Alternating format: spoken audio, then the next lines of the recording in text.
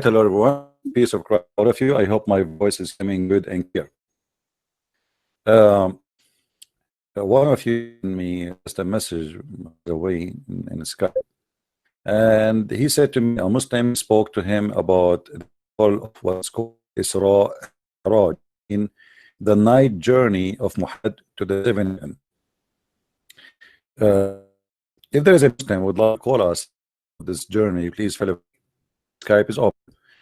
The Abdul, he said he called himself yes. And there's a guy, his name Adam. Guy is a, let us see. Sound is bad. Still is bad.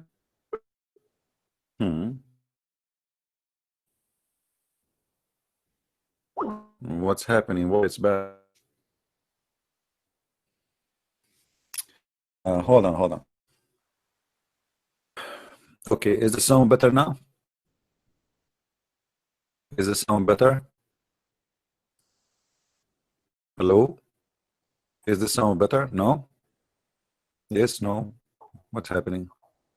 I don't think it's from my side. I think it's Google. Because the speed of my internet, I just tested, is very good, and there's no way it's the computer, you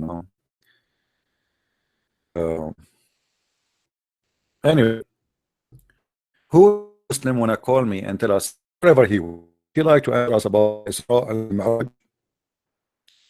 Feel free. Who's the Muslim wanna do so?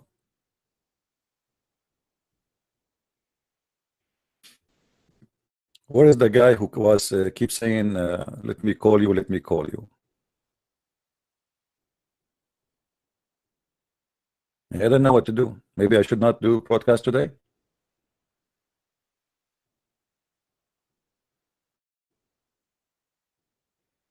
Not sure.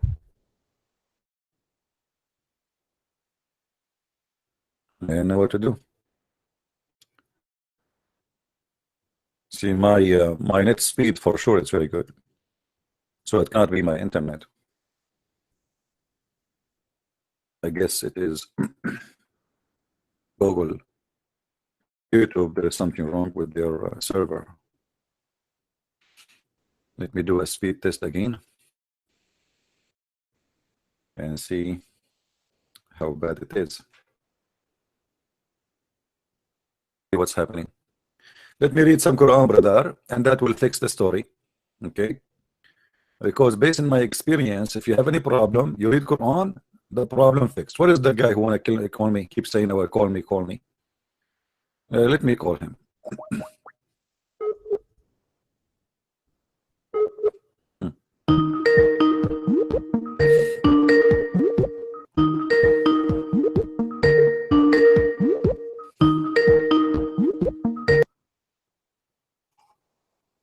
Hello? Hello? Are you there?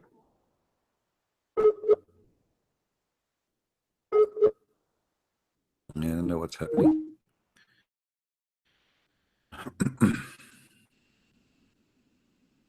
Did God glorify God? Well, this is a good question. You see, this guy, he is saying a very important question. He is an Abdul. Let me show you why I say Muslims, they have half a brain. I'm not insulting anyone. If you are against God to glorify God, as you said, for us, we believe the Trinity, so we believe the Father glorify the Son and the Son glorify the Father. But you in the Quran, how your God glorify God? So he say, Bismillahir Rahmanir Rahim, Alhamdulillahi Rabbil Alameen. As long you are against God glorifying God, for us it's not a problem because we believe in the Trinity. For you, Allah glorifying who? Are you there, Abdul? You see, I'm using your I'm using your logic. This is your logic. In the name of Allah, most gracious, most merciful. Allah is saying in the name of Allah and the most gracious, most merciful. And then he said, praise be to Allah. Are you there, Abdul? Hello? Hello. How are you, my friend? I'm good. Assalamu alaikum. Wa alaikum assalam. So what you want to call me? What do you want to say? Did you hear what we were saying? There's a guy, he was No. speaking about the miracle of Al-Isra and Al-Mi'raj. What do you say? Is it a true miracle? Is that a miracle? سبحان الذي أسرى بعبده ليلا من المسجد الحرام إلى المسجد الأقصى الذي باركنا حوله. What does that mean? What does that mean? Okay, that was a very miracle. It was a miracle event. Yes, he went to the seven heavens there. He spoke to Moses. Okay, you know what? In the front of everybody, if you show me where in the Quran it says that Allah, he took him to the seven heavens, I'm going to shave my beard. I'm going to apologize from you, and you are my hero. No, not in the Quran. No, not in the Quran. Not in the Quran. So why you are saying Allah, he took him to heaven? The hadith in it. So why? So okay. So in the hadith it says that, but the Quran never say that. So why Allah did not say? Why Allah did not say I took him to heaven? But in the story is different from the Quran. Yes. Why is different? Why is different? The Quran does not mention heaven at all. Hadith is the complementary of the Quran. My friend, hold on. If this is a very important thing to mention, if Allah took him to heaven, why he don't mention that I took you to heaven? I can't ask questions to God. Say, why did you not put this there? Why do you put this? Hadith is a complimentary. I'm not asking you to ask questions. I'm asking you to answer me. If this is what Allah, if Allah he did that, this is more important than taking him to Jerusalem, because I can go to Jerusalem now. Is that a big deal? Yes. Okay. The miracle then, if there is a miracle, it should be about taking him to heaven. Do you agree? That is a miracle. Yes. Okay. What is the miracle in the Quran? It's not in the Quran. So there's no miracle then, because if there's a miracle happen, Allah should mention the miracle, not something silly. If I go to Jerusalem right now, yesterday I was in Texas, what a big deal. Okay, is that a miracle? No, anyone can go there. Is it a miracle to go to Jerusalem? No. So where is the miracle? So you Muslims, you speak about a miracle, obviously it's a fabricated story. There's no proof of it. Because no, it's not fair. Okay, my friend, who is the witness? Who is the witness for Muhammad going to heaven? If there's a witness, who's the witness for 500? Who's the witness for 500 people coming from the grave walking like zombies? Who's the witness for that? The Quran says that. Are you saying the Quran is lying? No. Okay, hold on. I will go with you. Muhammad, he came 600 years after Jesus. He was not in the time of Jesus, yet he says Jesus here resurrect people from the grave. What is the proof that Muhammad is saying the truth? I will go with you. You see, I'm going with you. Muhammad came 600 years. Hold on. You see, I'm using your logic, my friend. Don't jump your logic. This is your logic. Muhammad was not there. 600 years after, he said to you something, you believe it. Why you are being a hypocrite? Okay, let's read the Bible what it says. My friend, don't change the topic. Don't change the topic. Don't change it. No, they are changing the topic. How you accept Muhammad to witness to Jesus that he resurrect people from the grave, but he was not there? How do you accept that? Explain to me first, and then you go to the verse in the Bible. Okay, it doesn't say he's talking about 500 people. My friend, it doesn't matter. It says in the Quran he can resurrect anyone he wants. Doesn't matter if they are 500 or 500,000. It can be 500 million. The Quran says anyone Jesus can resurrect him from the grave. Jesus said to them, I resurrect to you from the grave the dead one, which means it doesn't matter how many, it doesn't matter who, he can do that. Now I'm asking you, why you believe Muhammad saying that Jesus can do that, but you don't believe the Bible saying that Jesus did that? The Bible doesn't say Jesus did that. The Bible doesn't say Jesus did that? No. Well, Jesus, no. If I show you a verse from the Bible that says Jesus is resurrecting a guy, his name is Elazar from the grave, what you would do? I talk about Lazarus. my friend, listen. I'm not talking about Lazarus. Listen. So are you saying that your prophet, he did lie when he said Jesus resurrect people from the grave? He even know what I'm talking about. I know what you are talking about, and you are trying to avoid the question. Did Jesus in the Quran resurrect people from the grave? And there is witnesses, yes or no? For 30 seconds, let me see for 30 seconds again. Okay, what I'm talking about is when Jesus in your Bible resurrected 500 people, woke up from the grave. Jesus never resurrected them. They woke up on the accord of not Jesus. So because of his power. When the Messiah he is resurrected from the grave, he resurrected with him. Abdul, don't explain to me my Bible to me. You do not know my Bible. Let me ask you now. Are you saying that Jesus cannot resurrect 500 people? Yes or no? But he never in the Bible. Why are you lying on the scripture? Well, show me, by the way, show me the 500. Where's the 500? I saw a movie, it's called the 300. Is that the one you are talking about? Yes, yes. Let's see. Let me read this.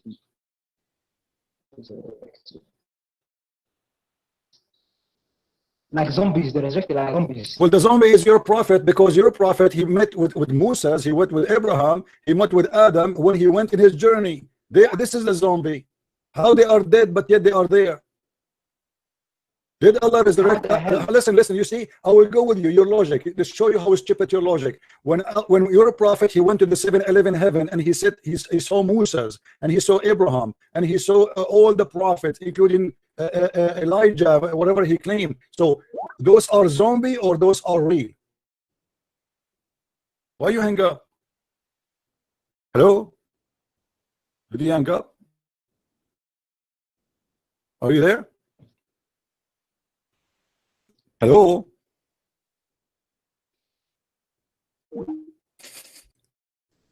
Zombie, it's your prophet who saw zombie. According to Islam, Moses, he's still dead. Hey, Abdul, do you hear me now? Yeah. Okay. You're a prophet, he saw Moses in the heaven. Was Moses a zombie there, or he was resurrected for real? You're digressing. I'm asking you. Was he?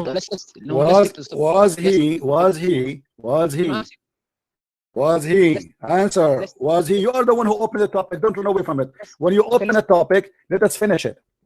When Muhammad he saw Moses in the heaven, was he meeting with zombies, or this is a real resurrection? Is Moses now in the grave according to Islam, or he is alive in heaven? Why you change the subject? I'm not. You are the one who mentioned zombie. Okay, let's carry on with the Bible first. We are not changing the topic. Answer. You are. I'm getting you busted. I'm spanking you. This is why you don't want to answer. We are talking about the same topic. Don't worry. I have all the time for you. We'll spend the whole day talking. So answer me. When Muhammad he saw Moses and Abraham and Adam and Noah and even Isa, he saw them in the heaven. Did he see real people, or those they were zombie? Ask that question again. When you're a prophet, he went to the 7th heaven.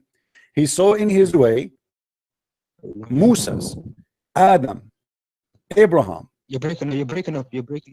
Guys, do you hear me, guys? Am I heard? Is my voice coming to you? Okay, can I say my comment first before you say yours? Do you hear me?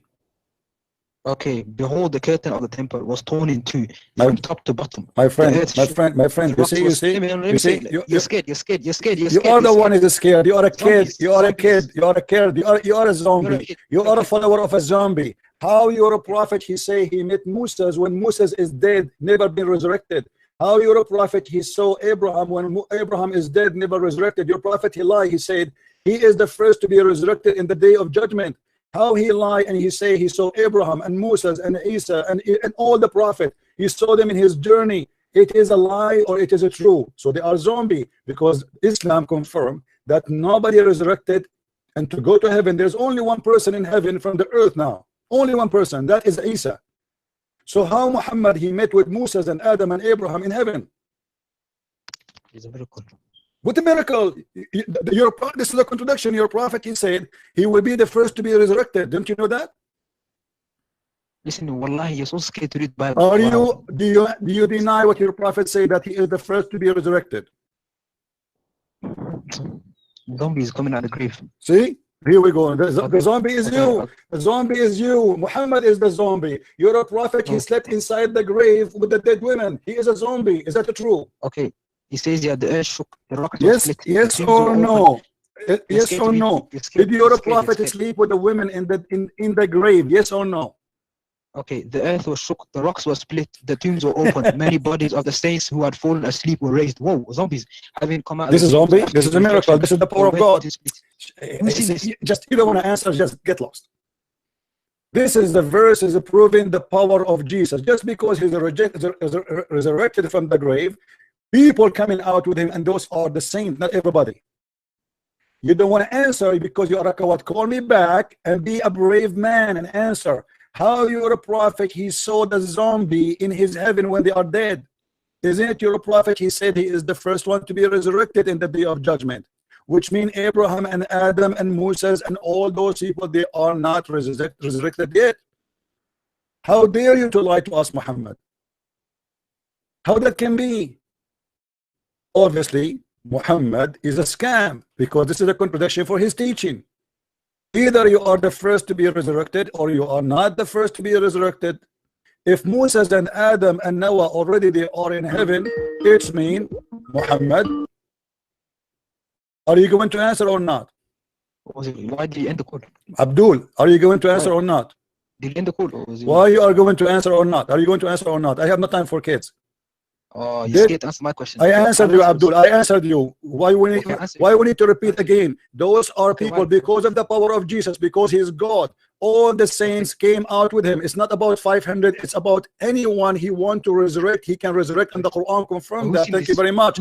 Now answer. I am saying that to you. Didn't you ask me? Didn't you ask me? Yeah. You read the verse for me. I answered you. Didn't you ask me for the answer? I gave you the answer. You don't like it, bite your teeth. If you don't like it, bite your lips. Now answer me. How Muhammad, he says he is the first one to be resurrected, but yet we find Moses and Adam and Abraham waiting for him in the heaven. Okay, that could be an imagery. It could be what's it called? Imaginary, guys. Did he say imaginary? This guy, he is saying Muhammad is the liar.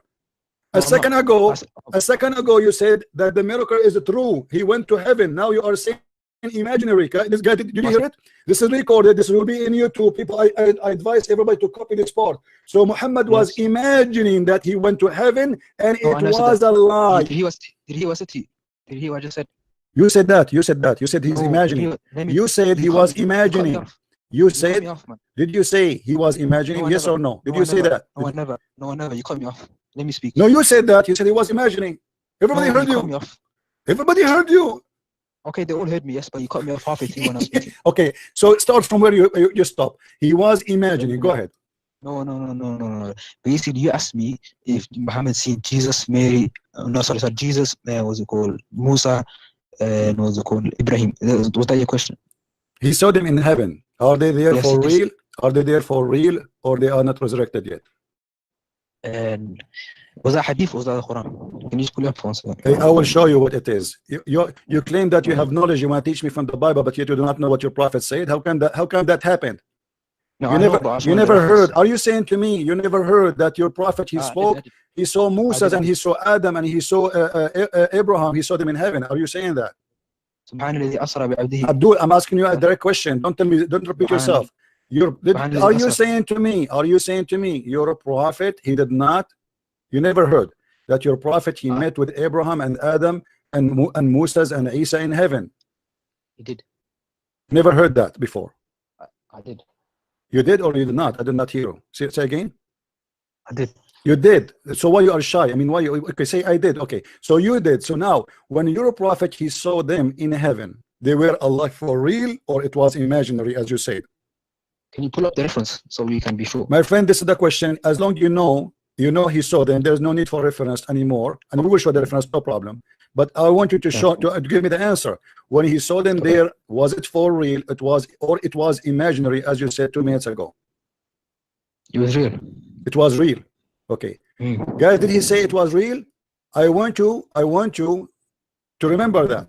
If we go in the Quran, and if we go in the Hadith, we will find Muhammad. He's saying that he was the first one to be resurrected. There's nobody resurrected yet. No, that was a miracle. What a miracle, Abdul! You just said to me that it was real. So nobody is resurrected, because if Adam is dead, if Noah is dead, if Moses is dead, if all of those names are dead, Abraham is dead, how they are in heaven when your prophet, he confirmed that he would be the first one to be resurrected? The hadith in front of you from Sahih al-Bukhari, read with you. Okay, let me. Where is it? Is it on the screen? It's in the screen, yes. No, it's not on the Skype screen. Is it on YouTube screen or the Skype? Oh, hold on. Let me show you, be sure that it is people, they can see it. Here we go.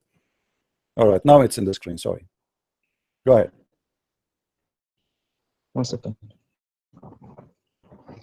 This is Sahih al-Bukhari. This is Sahih al-Bukhari. This is Sahih Muslim. I can show you the same tons of things. All of them, they are confirming one thing, that Muhammad is the first one to be resurrected. Yeah, I can see.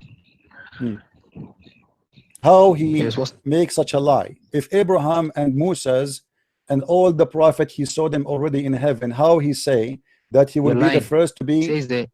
He says that he will be raised. He will be the first resurrected on the day of judgment. Yes, yes, yes, yes, Yawm al-Qiyamah. yes, Yawm al-Qiyamah. Yawm al-Qiyamah. So nobody is resurrected yet. He is the one to be because people will not be resurrected, my friend, this month or next month. Is going to be in the day of judgment. Are you a fool or what? No, you're a fool. Are you saying to me you Muslims believe that there's people resurrected before the judgment day?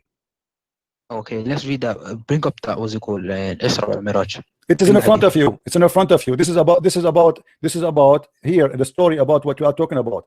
That you're a prophet. You're a prophet. He said, in the day, which is the day of Ba'ath. Where did it say? Where did it say? It's in front of you. I'm showing you the reference. What's wrong with you? No, 1 second, because let me show you. You want to show you a short hadith? Okay, I will show you a short hadith. Here we go. Are you sharing it on the screen, Skype or on YouTube? No, in YouTube. Oh, that's why I was checking the Skype. What was it called? Oh, okay. I'm not going to share. I cannot share both in the same time. Okay. Okay. The people. Is that Abu Hurairah? Doesn't matter who. This is your prophet saying. Who is Abu Hurairah? The guy, the father of the cats. The father of the cats. He says I'll be the first. Who care? Who care? Who care? Who is he? This is Sahih Bukhari. Your prophet is talking, and this is a Sahih hadith. Why are you so aggressive every time you my speak? friend? Because you are wasting my time. Does it say that or not? No, you're wasting my time. Am I lying or this is what it says? This is in the front of you. This is the story. This is the hadith. This is the reference, and it is Sahih. So what we will do now? It says that he'll be the first person to be resurrected. Yes, it says there. I will be the first person. I'm just quoting exactly. I will be the first. I will be the first person to be resurrected. Yes. Okay. What's wrong with that? Okay, hold on. If he is the first person to be resurrected, how he will see Musa holding the throne? He will be the first person resurrected on the day of Yawm al-Qiyamah. Yes. So how he see Abdul? How he will be the first person to be resurrected, and already Musa is there? How he will be the first to be resurrected and Musa already there? Musa is already there. Yes, it says in the same hadith in front of your eyes. I will be the first person to be resurrected. I mean, this guy is a drunk, obviously. He is the first one to be resurrected, but he will saw Moses before him holding what? The throne. Okay, that hadith basically saying after he will be the first person resurrected, and is not including Moses. Thank you very much, guys. Did he say that this is not including Moses? So what? Yes, Moses is? So how come he saw Moses there already? If he is the first one to be resurrected, are you saying that's a contradiction? Abdul, it's obvious. It's Moses is already holding the throne. He will wake up from the grave. Allah will resurrect him, and he will be the first one to be resurrected. And you are the one who said to me a second ago, Moses is not included. Thank you very much. So that is confirmed. So how he will see Moses holding the throne there if he is the first one to be resurrected? Are you confusing? This is what I'm trying to say to you. Moses is holding the throne, and Muhammad will be resurrected, and you will see Moses. Okay, so is Moses resurrected before Muhammad? And according to this hadith, that's what I see right now. But then how he say I will be the first to be resurrected? If Moses already resurrected before him, how he is the first to be resurrected? Okay, the hadith is saying I will be the first person to be resurrected. Right. Moses. Abdul, if I say I am the first man to be resurrected, it means there's nobody else to be resurrected before me. As simple as that. I am the first. Do you know what first mean? Do you know what first mean? So how he is the first to be resurrected, yet Moses is there? Okay, let's read from the top. It says the people will fall unconscious on the day of the resurrection. Then suddenly I will see Moses holding one of the pillars of the throne. So basically Moses is already there before Muhammad. So you understand that? So okay, I understand that. Thank you very much. This is what I'm saying. You're a prophet. When you claim that your prophet, you went to the 7-11 heaven. He saw Abraham, he saw Isa, he saw Moses, he saw Ishmael, he saw all the group, all the gang. So now when he went there in seeing the Muslim gangs in the heaven of Muhammad, how they are there if he is the first one to be resurrected? This is what we are talking about. Okay. So basically what I'm trying to say to you, if you read the hadith in context, you're saying Moses will be there before Muhammad in the hadith. I know. Thank you very much. Why we are repeating ourselves? You said that already. This is the question. Listen carefully, Abdul. Slow down. Relax. Breathe. Okay. Moses is already there. Abraham is already there. Isa is already. Abraham, no, is not though, is not there. Does he say that? He doesn't say that in the hadith. No, I'm asking you. Doesn't matter this hadith or not. Is Abraham there or not? What in Isra Miraj? I'm asking you. Is Abraham in heaven? Yes or no? What are you confusing? Are you talking about Isra Miraj? Are you talking about the day? Abdul, it doesn't matter. Is it doesn't matter. It doesn't matter. It doesn't matter, because if it's in Isra, if he is in Isra al Miraj, where Muhammad he saw them in heaven. So they must be in heaven. So is Abraham in heaven? Yes or no? Say it again.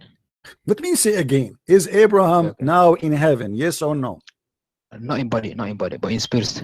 His spirit. So Muhammad did not see his body, he saw his spirit. Maybe. Can you pull up that article reference? Abdul, what do you mean maybe? Let's be fair. Let's be fair. Hold on, guys. Listen carefully. Muhammad, this guy, he's saying the prophet he saw Abraham in his spirit. How you can see the spirit of Abraham?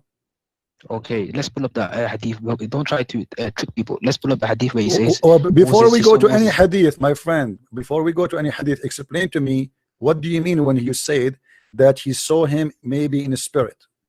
Yeah, basically, you're saying in body, obviously, when you die, your body dies, but your soul lives on. Okay. So that's what I'm trying to say to you. Maybe the hadith is talking about when he spoke to what's it called? Isa, what's it called? Musa. He probably saw them in another form other than the body. So they are dead or they are resurrected there? Are they dead? Because if I am in heaven, I am resurrected. Okay, listen. When you die, you don't die. You don't. My friend, no, it doesn't matter if I die or not. I am dead. I am dead, and now I am in heaven. Is that resurrection or not?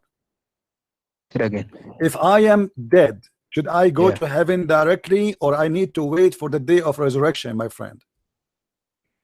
You have to wait for resurrection. Thank you very much. So, and that will it's different. It's different for the prophets, isn't it? My friend, what do you mean? Wait, so, okay, show me where it says. Show me where it says that the prophets of. Show me where it says. Show me where it says that the prophets of God. Hold on. Show me where it says that the prophet of God, they go to heaven directly. Well, you're trying to. Obviously, they do. 100% they're gonna go to heaven directly. Where it says that? Where it says that? Where it says that? If you're a prophet, he said, listen. Are you saying to me your prophet is not a prophet? No, see, why you? Because you just said prophets of God will go to heaven directly. You're a prophet. He said, I will be the first to be resurrected, which means until now he is not resurrected. So you just admitted that the prophet of God only they can go to heaven. Hold on, guys. Do you see how stupid what he said? Did you notice what he said? Hold on, let me explain. Shut up. You said prophets of God already they go to heaven. You said only normal people they stay until the day of resurrection. Thank you very much. Only normal people they stay until shut up. Let me explain what you said. Thank you very much for calling me. You are a priceless. I should pay you. Honestly, you are like Muhammad Hijab. Listen. Only normal people they will stay in earth. Only normal people they will stay in earth. But the prophet of God they will go to heaven directly. Everybody heard you saying that. And your prophet said he is the first one to be resurrected in the day of judgment. So you admitted that Muhammad is just a normal man. He's not a prophet. Muhammad is the prophet of Allah. So how you contradict yourself? You are the one who said to me, normal people they will not go to heaven, but prophets of God. You said that it's recorded. People they can play it back. Play back. I'm not going to play it back now. You play it back. Can you play it back for me? Okay, basically what I'm trying to say. Can you play it back for me? Go back in the video, please. We can hear the sound from your side. Go ahead. Go back to 3 minutes in YouTube, 3 minutes or 4 minutes, and play it back. We are listening. Sorry, you can play it back. You cut me off while I was. Okay, let me play it back, please. I will hang up on you, and you call me back when I finish playing. Okay, I will go back.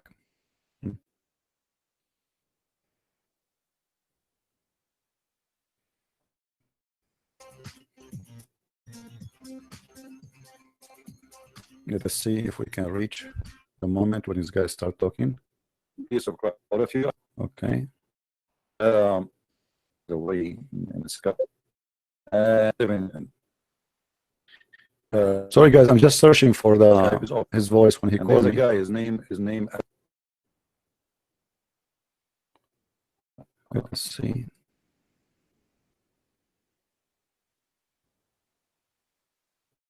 I'm searching for his voice in the recording.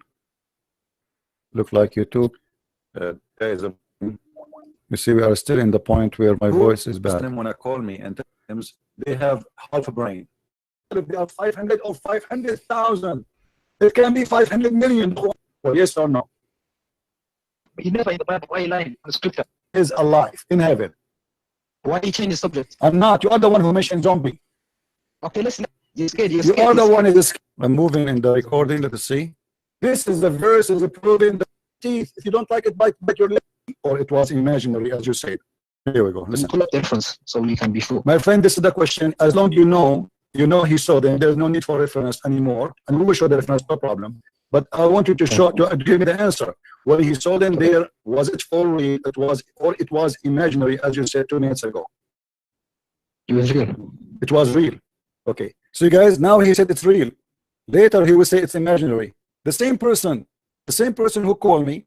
First in the beginning he said it's real. Then he said he swallowed his tongue and he said it's imaginary. Listen carefully. Guys, did he say it was real? I want you to remember that. If we go in the Quran, if we go in the Hadith, we will find Muhammad. He's saying that he was the first one to be resurrected. There is nobody resurrected yet. Oh, that was a miracle. What the miracle, Abdul? You just said to me that it was real. So nobody is resurrected because one call. If Noah is dead, if Moses is dead, if all of those names are dead, Abraham is dead. How they are in heaven when your prophet he confirmed that he would be the first one to be resurrected. The hadith in front of you from Sahih al-Bukhari, read with you. Okay, let me. Where is it on the screen? It's in the screen, yes. No, it's not on the Skype screen. It's on YouTube screen or the. So hold on, let me show you, be sure that it is people they can see it. Here we go. All right, now it's in the screen. Sorry. Right. 1 second. This is Sahih al-Bukhari. This is Sahih al-Bukhari. This is Sahih Muslim. I can show you the same tons of things. All of them, they are confirming one thing, that Muhammad is the first one to be resurrected. Yeah, let us see. How he makes such a lie. If Abraham and Moses and all the prophets, he saw them already in heaven, how he say that he will be the first to be... He says that he will be raised, he will be the first resurrected on the day of judgment. Yes, yes, yes, yes, Yom Qiyamah. yes, Yom Qiyamah. Yom Qiyamah. So nobody is resurrected yet. He is the one to be because people will not be resurrected, my friend. This month or next month is going to be in the day of judgment. Are you a fool or what? Oh, you're a fool. Are you saying to me, you Muslims believe that there's people resurrected before the judgment day? Okay, let's read. Bring up that. What's it called? Isra Miraj. It is in front of you. It's in front of you. This is about here the story about what you are talking about. That you're a prophet. He said, in the day, which is the day of Ba'ath. Where did he say? Where did he say? It's in front of you. I'm showing you the reference. What's wrong with you? 1 second, because let me show you. You want to show you a short hadith? Okay, I will show you a short hadith. Here we go. Are you sharing it on the screen, Skype or on YouTube? No, in YouTube. Oh, that's what I was checking the Skype. Okay, now I want you to focus in this part. Here we go. We arrive to the royalty time. Here, we will get him busted. He said he did not say that. Listen carefully what he will say. Oh, okay. I'm not going to share. I cannot share both in the same time. Okay. Is that Abu Hurairah? Doesn't matter who. This is your prophet saying, who is Abu Hurairah? The guy, the father of the cats? The father of the cats? He says I'll be the first. Who care? Who care? Who care? Who's he? This is Sahih Bukhari. Your prophet is talking, and this is Sahih Hadith. Why are you so aggressive every time? My friend, because you are wasting my time. Does it say that or not? Oh, you're wasting my time. Am I lying or this is what it says? This is in the front of you. This is the story. This is the Hadith. This is the reference, and it is Sahih. So, what we will do now? It says that he'll be the first person to be resurrected. Yes, it says there. I will be the first person. I'm just quoting exactly. I will be the first. I will be the first person to be resurrected. Yes. Okay. What's wrong with that? Okay. Hold on. If he is the first person to be resurrected, how he will see Musa holding the throne? He'll be the first person resurrected on the day of Yom Qiyamah. Yes. So how he see Abdul? How he will be the first person to be resurrected, and already Musa is there? How he will be the first to be resurrected and Musa already there? Musa is already there. Yes, it says in the same hadith in front of your eyes. I will be the first person to be resurrected. I mean, this guy is a drunk, obviously. He is the first one to be resurrected, but he was saw Moses before him holding what? The throne. Oh. Okay, that hadith basically saying after I was he will be the first person resurrected, and it's not including Moses. Thank you very much. Guys, did he say that? This is not including Moses. So what Yes, Moses is, so how come he saw Moses there already if he is the first one to be resurrected? Are you saying that's a contradiction? Abdul, it's obvious. It's Moses is already holding the throne. He will wake up from the grave. Allah will resurrect him, and he will be the first one to be resurrected. And you are the one who said to me a second ago, Moses is not included. Thank you very much. So that is confirmed. So how he will see Moses holding the throne there if he is the first one to be resurrected? Are you confusing? This is what I'm trying to say to you. Moses is holding the throne, and Muhammad will be resurrected, and you will see Moses. Okay, so is Moses resurrected before Muhammad? And according to this hadith, that's what I see right now. But then how he say I will be the first to be resurrected? If Moses already resurrected before him, how he is the first to be resurrected? Okay, the hadith is saying I will be the first person to be resurrected. Right. Moses. Abdul, if I say I am the first man to be resurrected, it means there's nobody else to be resurrected before me. As simple as that. I am the first. Do you know what first means? Do you know what first means? So how he is the first to be resurrected, yet Moses is there. Okay, let's read from the top. It says the people will fall unconscious on the day of the resurrection. Then suddenly I will see Moses holding one of the pillars of the throne. So basically Moses is already there before Muhammad. So you understand that? So okay, I understand that. Thank you very much. This is what I'm saying. You're a prophet. When you claim that your prophet, you went to the 7-11 heaven. He saw Abraham, he saw Isa, he saw Moses, he saw Ishmael, he saw all the group, all the gang. So now, when he went there in seeing the Muslim gangs in the heaven of Muhammad, how they are there if he is the first one to be resurrected? This is what we are talking about. So basically, I'm trying to say to you, if you read the hadith in context, you say Moses will be there before Muhammad in the hadith. I know. Thank you very much. Why we're repeating our stuff? You said that already. This is the question. Listen carefully, Abdul. Slow down. Relax. Breathe. Okay. Moses is already there. Abraham is already there. Isa is already. Abraham, no, is not there. Does he say that? He doesn't say that in the hadith. No, I'm asking you. Doesn't matter. This hadith or not. Is Abraham there or not? Well, in Isra Miraj. I'm asking you, is Abraham in heaven? Yes or no? What are you confusing? Are you talking about Isra Miraj? Are you talking about the day? Abdul, it doesn't matter. It doesn't matter because if he is in Isra Miraj, where Muhammad he saw them in heaven. So they must be in heaven. So is Abraham in heaven? Yes or no? Say it again. Let me say again. Is Abraham now in heaven? Yes or no? Not in body, but his spirit. His spirit. So Muhammad did not see his body, he saw his spirit?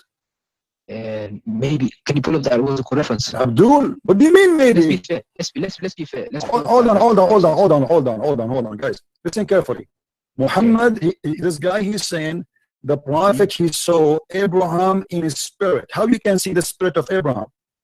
Okay, let's pull up the hadith. Don't try to trick people. Let's pull up the hadith where he says. Before we go to any hadith, my friend, explain to me what do you mean when you said that he saw him maybe in the spirit? Yeah, basically, you're saying in body, obviously, when you die, your body dies, but your soul lives on. Okay. So that's what I'm trying to say to you. Maybe the hadith is talking about when he spoke to what's it called? Isa and Musa, he probably saw them in another form other than the body. So they are dead or they are resurrected there? Are they dead? Because if I am in heaven, I am resurrected. Hey, listen, when you die, you don't die. My friend, it doesn't matter if I die or not. I am dead. And now I am in heaven. Is that resurrection or not? Okay. If I am dead, should I go to heaven directly or I need to wait for the day of resurrection, my friend? You have to wait for resurrection. Thank you very much. So, and that will be different. It's different for the prophets. My friend, what do you mean? Wait, so, okay, show me where it says that the prophets. Show me where it says. Show me. Did he say it's different for the prophets, guy? Did you hear it? Did he just say it's different for the prophet? He said it is different for the prophet. So the prophet, they will not wait. They will be there. Where it says that the prophets of God. Hold on. Show me where it says that the prophet of God, they go to heaven directly. Well, you're trying to obviously they do. 100% they're gonna go heaven directly. Well, it says 100%. Did he say 100% they will go to heaven directly? Did he say 100%? Did we just hear it? This liar, he said to me, this is why we went back. He said, I did not say that. He said, I did not say that. Where I said that? Not only you said they go to heaven directly, you said 100%. When Abdul, he say 100%, it's mean 100% a lie, and he will deny his lie after 2 seconds. Where it says that? Where it says that? If you're a prophet, he said, listen, are you saying to me your prophet is not a prophet? No, see, why you? Because you, my friend, I am the Christian prince, and your God and your prophet and all of you, Abdul, you don't even have 1% of my brain. If I let my toes in a chat room to debate you, my toes will win, for I am a Christian prince. You need a billionaire to be sent to the refurbished shop. Maybe you will get close to be able to debate my toes, not my nose.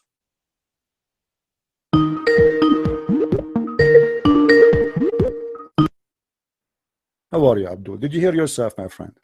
No, I just called back right now. I never watched that. Did you not hear it yourself? Did not hear it? So are you you are lying? Swear by Allah you did not hear me playing it back. You played it, but I was not listening to it. I was doing something else. Oh, so why you ask me to play it back if you will not listen to it? Why would I listen to something that I already know what I said? No, you deny it because you deny it. You are a liar. You said you did not say that 100%. You deny that the prophet will go to heaven 100%. You know he did. When someone speaks, you cut them off halfway through. Abdul, the sentence, so and then you shout, the prophet will go to heaven right away. Did you say? Don't play games. You cannot play games with me. I got you busted. You playing games. Shut up. Send your dad to call me. I'm not going to talk to kids no more. You asked me to play it, you coward. And now you call me back. You said I did not listen to it. For you are a scam. If you will not listen to it, why you ask me to play it back? And how you can be not listening, but yet you are texting in the chat? You are a liar like your prophet.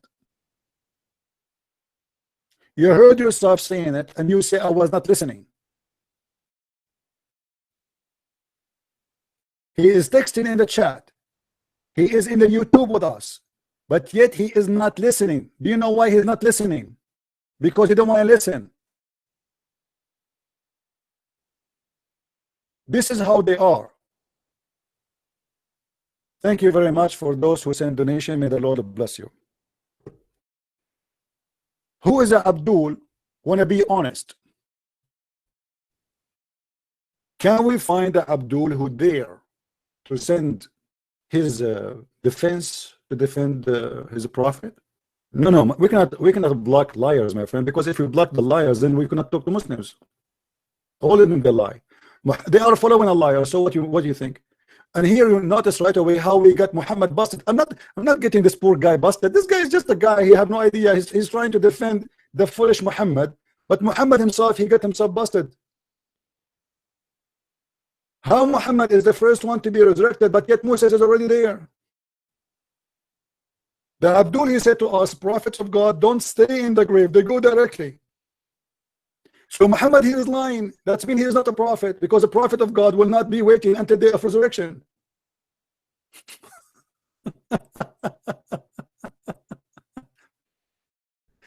Do you see why Muslims don't dare to debate me, especially those who call themselves career builders?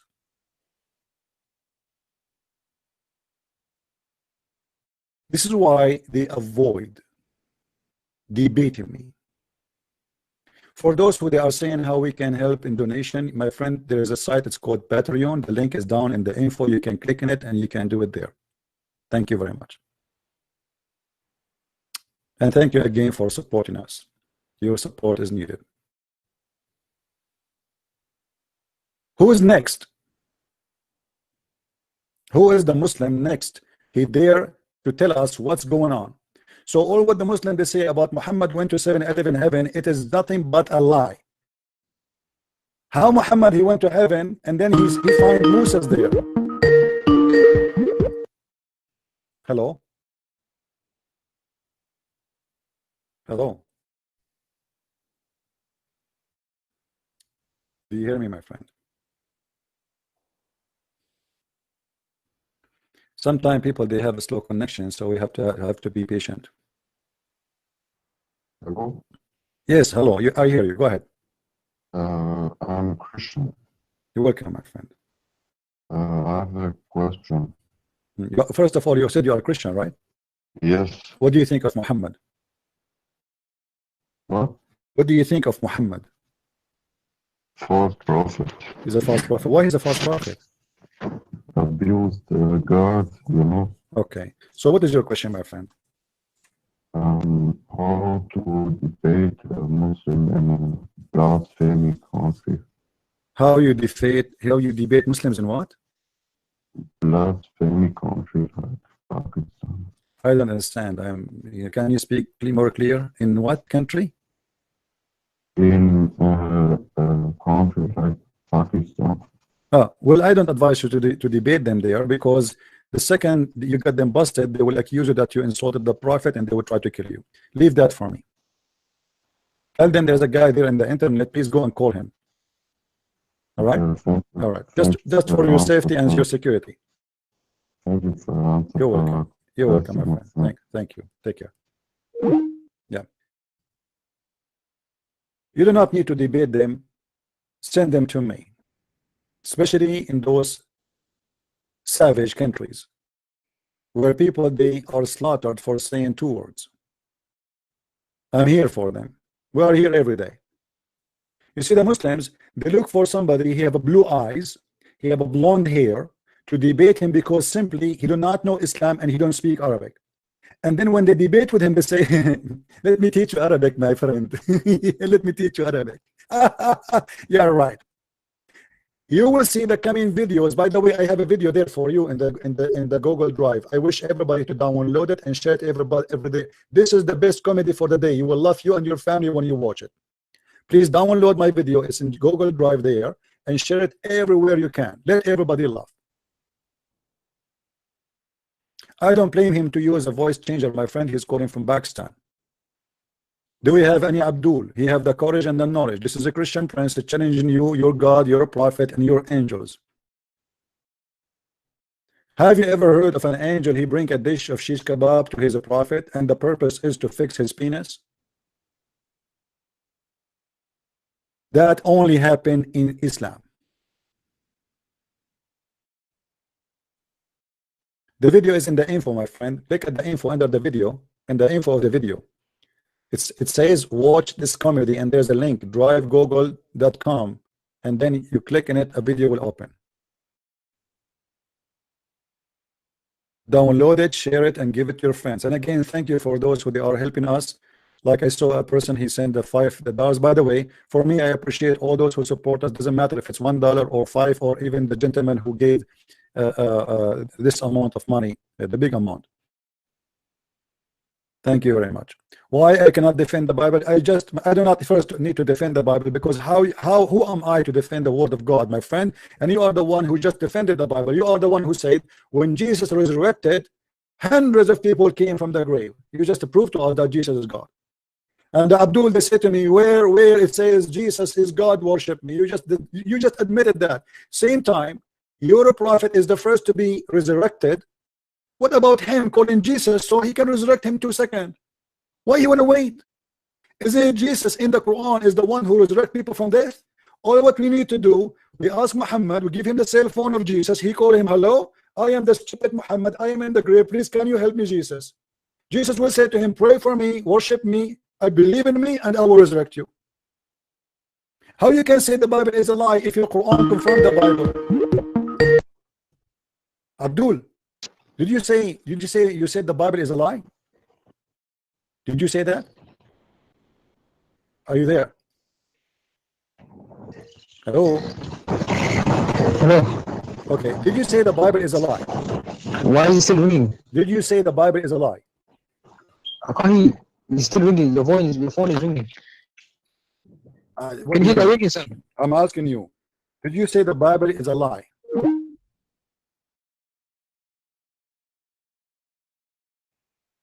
Call me back. Say inshallah and your internet will be fixed.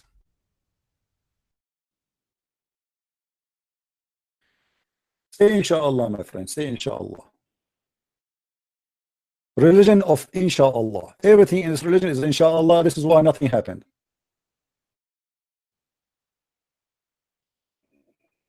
You fear me, you fear the truth. Abdul, how are you? Do you hear me now? Yeah. All right, okay. You said that the Bible is a lie. Is that true? No. Okay, so how you're a prophet, he says that he confirmed what is between their hands from the book, which is the Bible. Your prophet was confirming the lie? Say it again. How you're a prophet, he say ولما جاءهم كتاب من عند الله مصدقا لما معهم. مصدقا لما بين يديه. No, not بين يديه. This is different verse, Abdul. Different verse. لما معهم.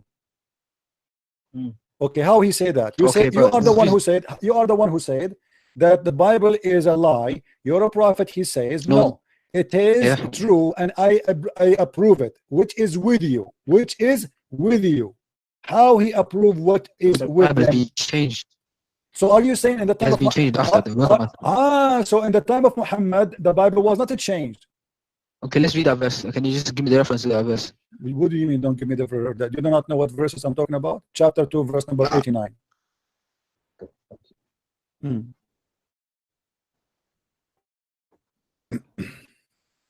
Chapter 2 89.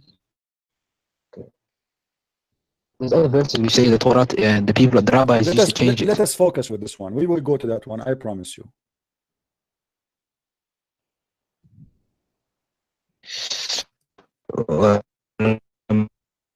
ما جاء من عند الله.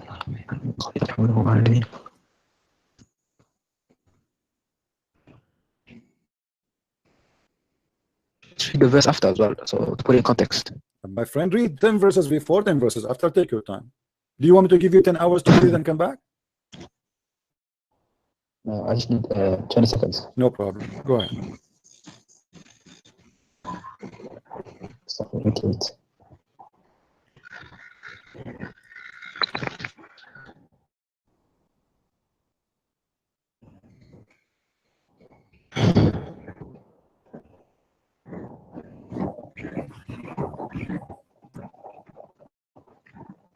And are you going to wait for long, my friend? It's past tense. It's past tense. It's talking about the time of Jesus. What past tense? Where is the past tense? Where is the past tense? Okay. Where is the past tense? You know what? If you show me the past tense, I'm going to do the monkey dance for you, and I will open my camera. Show me the past tense. What is with them? What is with them? Not what was with them. What is with them? I will say to you, I confirming what is with you. It's mean now they have it, not what was with you. Okay. He says when I was called a book that Allah confirmed that which was with them. Where it says the word was? Where is the word was? Show me the was. I love the word was. I love the word was. That translation. This is your Muslim translation in front of me. Show me the word was. I love was. Huh? Lima ma'ahum. Do you know what lima mean? What is with them? Lima is not a past tense. Lima is not a past tense. Are you stupid or what? If it is a past tense, why in the translation here is saying to what is with them? Do you see the word is? Do you know what is mean? Do you see the word? Do you see is? Yes, is. It doesn't say is there or no. Reading a different translation. Read the Sahih International. My friend, what about we go and read the interpretation? Are you willing for that? And if I show you the interpretation, saying that, are you willing to open your camera and do the monkey dance for us? Sahih International. So only Sahih International you like? Read Sahih International. I'm asking you, do you like only Sahih International? Yes. I'll find the authentic. Okay, Sahih International is the authentic one. All right. Now, okay, hold on. If I go right now and I open Sahih International, do you accept all the translation of Sahih International or only this verse? Most of it. No, don't tell me. Either Sahih International is good for you to be a Quran, or it is not good. Is it good for you? Well, why change subject? Let's read the I'm verse. not changing subject. I'm asking you which book you approve so we can see a common ground between us. ولما جاءهم كتاب من عند الله مصدقا لما معهم. Yeah, لما معهم. It is what is between their hands. What is between their hands now? What they have now? You are a liar. I want you to swear by Allah. Why It saying says, I'm a liar? I want you to swear by Allah and Muhammad that it says there to what was with them, not what is with them. Swear.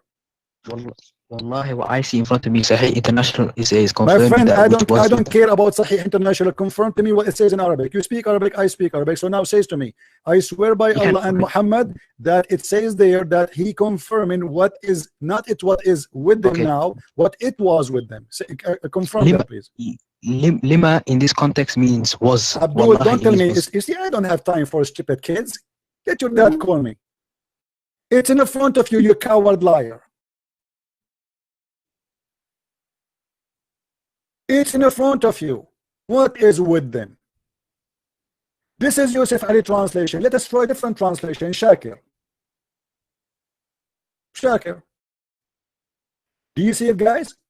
And verifying what that which they have. Do you see it? So the first translator, it says what they have. The second translator says what they have. Let us see the third translation. Big Tal. Here we go. Confirming that in their possession. Do you see it? So now we have a three translation. All of them, they are saying confirming what they have.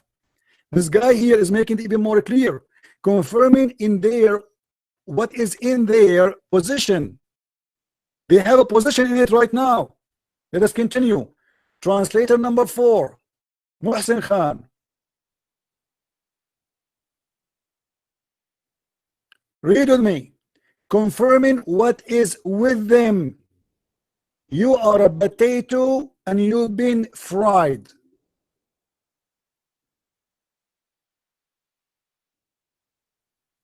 And by the way, I don't accept any Islamic translation even for this verse. All of them, they are liars, as you see. But now we have a problem. This guy, when he called me, he said they fabricated later.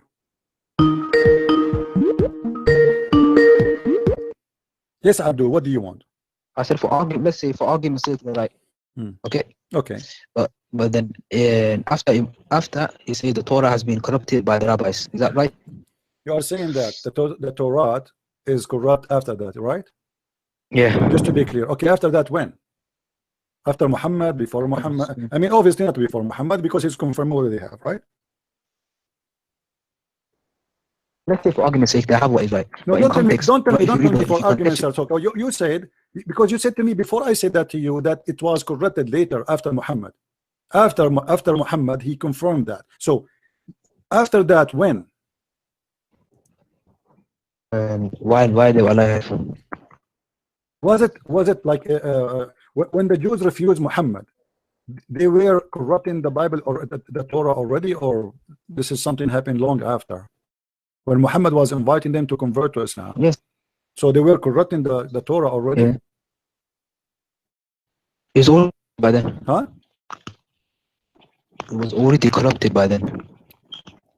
It was already corrupted by then. So your prophet should not take an oath by it, right? Do you take an oath? Are you willing to take an oath by a corrupted book? What most Muslims think about the Torah and the Injil is basically there are some parts that are true and there's some parts that are lies My inside. friend, a book is corrupt. There's nothing is called part of part. The whole book, either the book is corrupt or the book is not corrupt. No. So okay, hold on. Okay, hold on. I will go with you, guys. Hold on. The book, part of it is corrupt.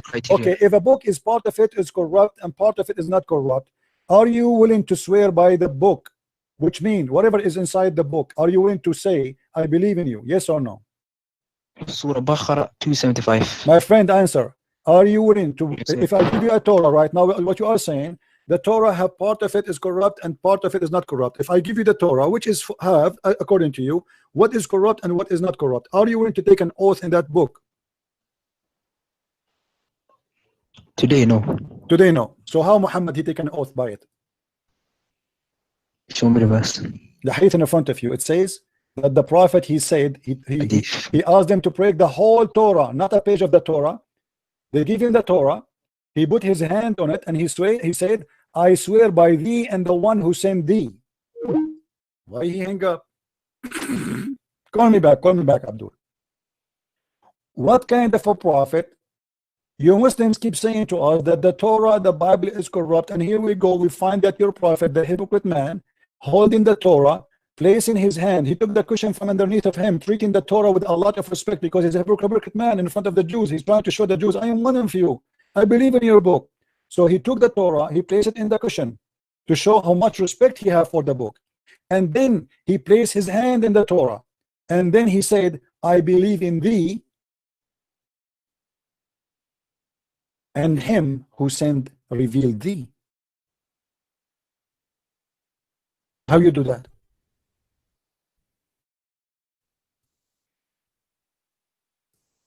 The whole story about the Torah being corrupted is a lie.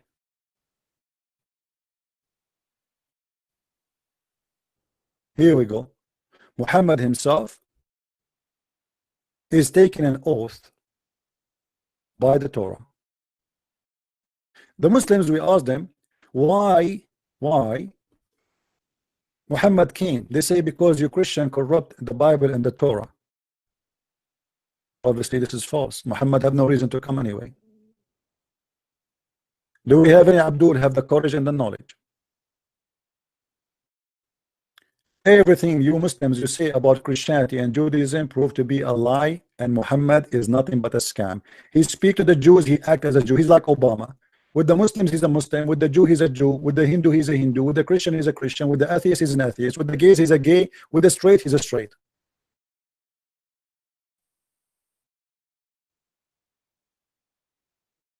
Who wanna call me? Yes, Abdul. Yo, why is it keep cutting off?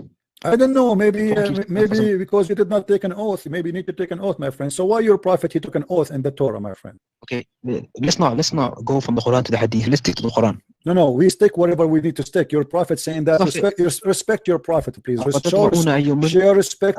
Show respect your prophet.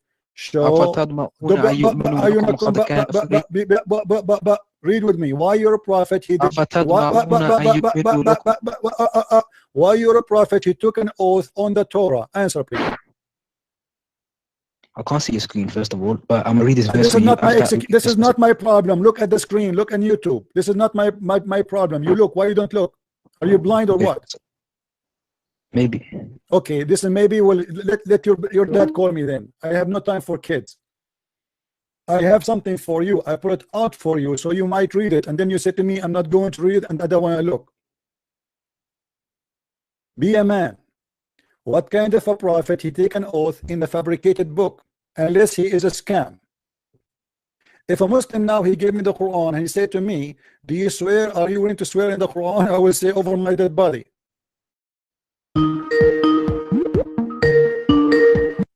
Why you are calling me back again? Are you willing to read it or not? Are you going to read it? Are you willing to read it or not? I'm trying to read two screens at the same time because I'm on. Don't read two screens at the same time. Read one. What's wrong with you? Read this one first and then read the second screen for me. Go ahead.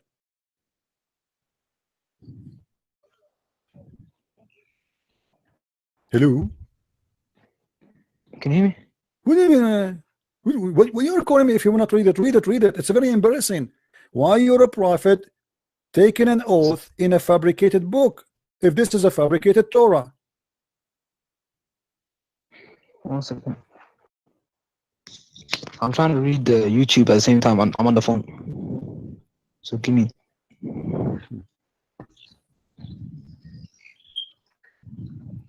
What is this? What's happening? My friend, like his connection maybe is not good. Are you there? Hello? Who is a Muslim willing to call us, please? I want a real educated Muslim. You see, as you see, those they claim to be educated, but obviously the more they talk, the more they do poo-poo. You see, the problem with Muhammad, he can be a perfect prophet, but there's a problem in the claim. He need to talk. And the second he talk, he don't talk, he do poo-poo. And this is why we laugh. How in the world Muhammad can be a prophet?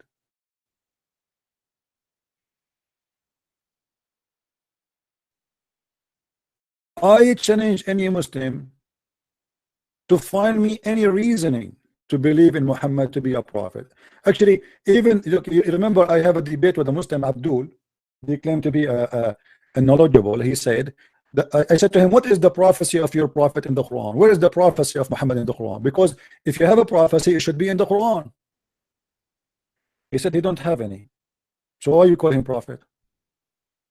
Guys, let me prophesy for you. I am a Christian prince and I am a Muslim prophet. Next month, there's many women, they will have their period.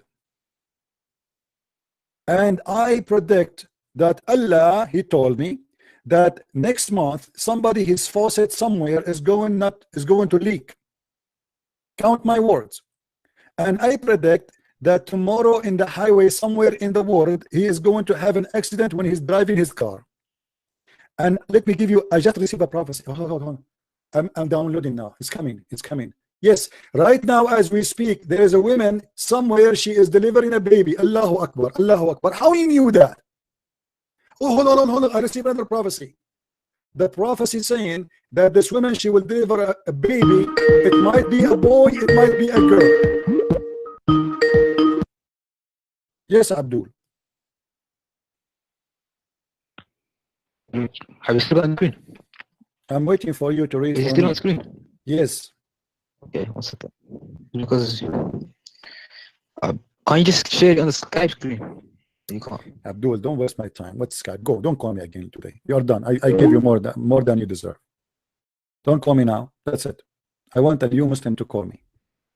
Why you don't take your time, you coward liar, and read it in the screen before you call me? Why you don't stop being a hypocrite liar? You did see it already.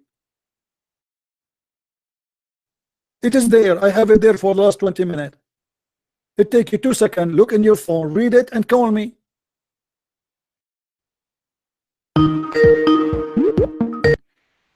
Did you read it or not? See, did you read it or not? I believed in thee. Don't talk.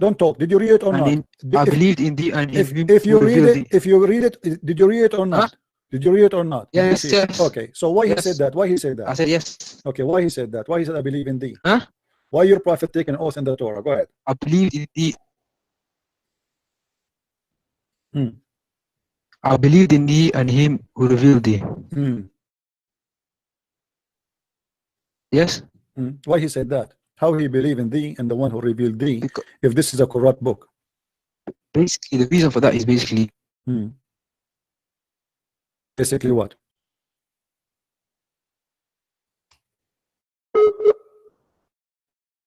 I mean, basically, your Allah internet is horrible.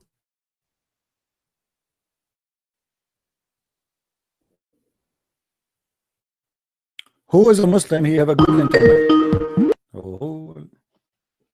I mean, the connection is, but the connection is. We will have some patience, no problem. Now, why basically, what he's doing basically? Go ahead. So, he's saying, I believed in thee and in whom we revealed thee. That's what we as Muslim believers. So we also believe in the Torah, we believe in the Zabur, and we believe in the Injil. We're not Muslims. We don't believe in these beliefs. This is not a question. Place his hand over book, physical, swearing by book. He is not swearing by a Torah. To him long time ago, he is swearing by a physical book in his hand. He placed his hand on it, saying, be talking to that book. And so how he swear by the book, it is correct. But listen, I believe in God as well. Abdul, this is not the question. Games. This is not the question. The question is how he believe in that Torah, which is under his hand. That Torah. Yes. Yes, brother. Yes. How he believe in it? How? Yes. What do you mean? Yes. It is a physical book between his hand. The Jews have it in that time.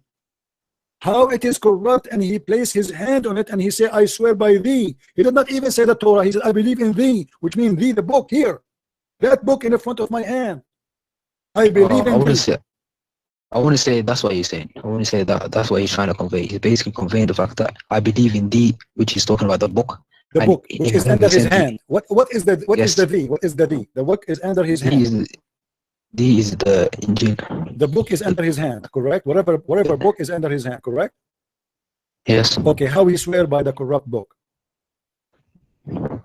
Wait, really? That's okay. He says, I believe in thee and in whom he revealed thee. That's what basically saying. Why we keep repeating ourselves? Like, are you a kid or what? You said that already 20 times already. Why he is, the question is not what he said now. We know what he said. Why he is swearing by a book? It's corrupt. Is it corrupt book or not? Why? It's corrupt. So why he is swearing by it if it's corrupt? So, one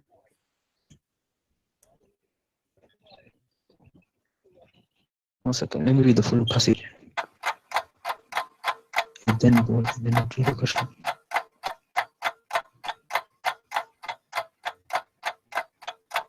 Can you scroll down? Hello?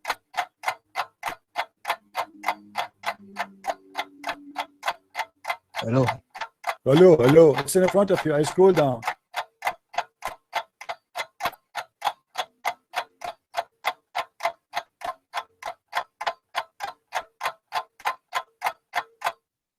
Time is up.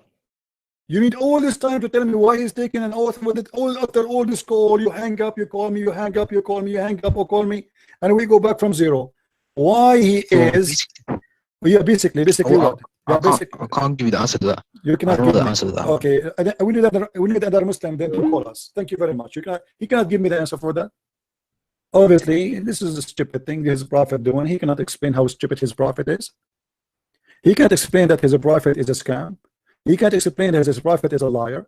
He's taken an oath in a book he don't believe in, because this is what it's called hypocrisy. This is what's called a devil behavior. You don't take an oath in a book you don't believe in unless you really believe in it. You don't take an oath by a fabricated book which is holding words not from God, and you say I believe in thee and the one who sent thee. The second you say I believe in the one who sent thee, it means everything in thee is sent by he, the one he believe in thee. Correct, guys? If I say I believe, if you give me a Quran and I say I believe in thee and the one who sent thee, it means I believe in whatever written here, and I believe in whoever sent that. If there's a corruption in the book, it means I believe in the devil.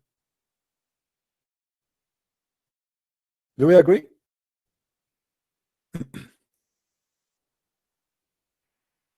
Who's next?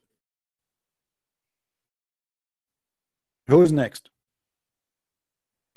Mayday, Mayday. We need a Muslim. Mayday, Mayday. Hey, no, don't be scared, my friend. The Abdul will explode. It's not a bomb. It is the Abdul going to explode. The Muslims are going to explode because of me. I'm not even debating them. Actually, you know, guys, I'm not even looking at the screen, to be honest with you.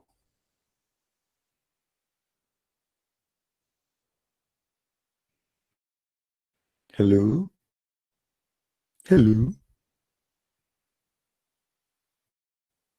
It's me looking for. Allah cannot debate me. So is Jibreel afraid of me. And Muhammad is terrified because of me. Hello? This is religion? Now we go back to zero. We go back to the question, how Muhammad he went to the 7 heaven 11. This is one of the most funny, stupid stories exposing that Muhammad is a false prophet.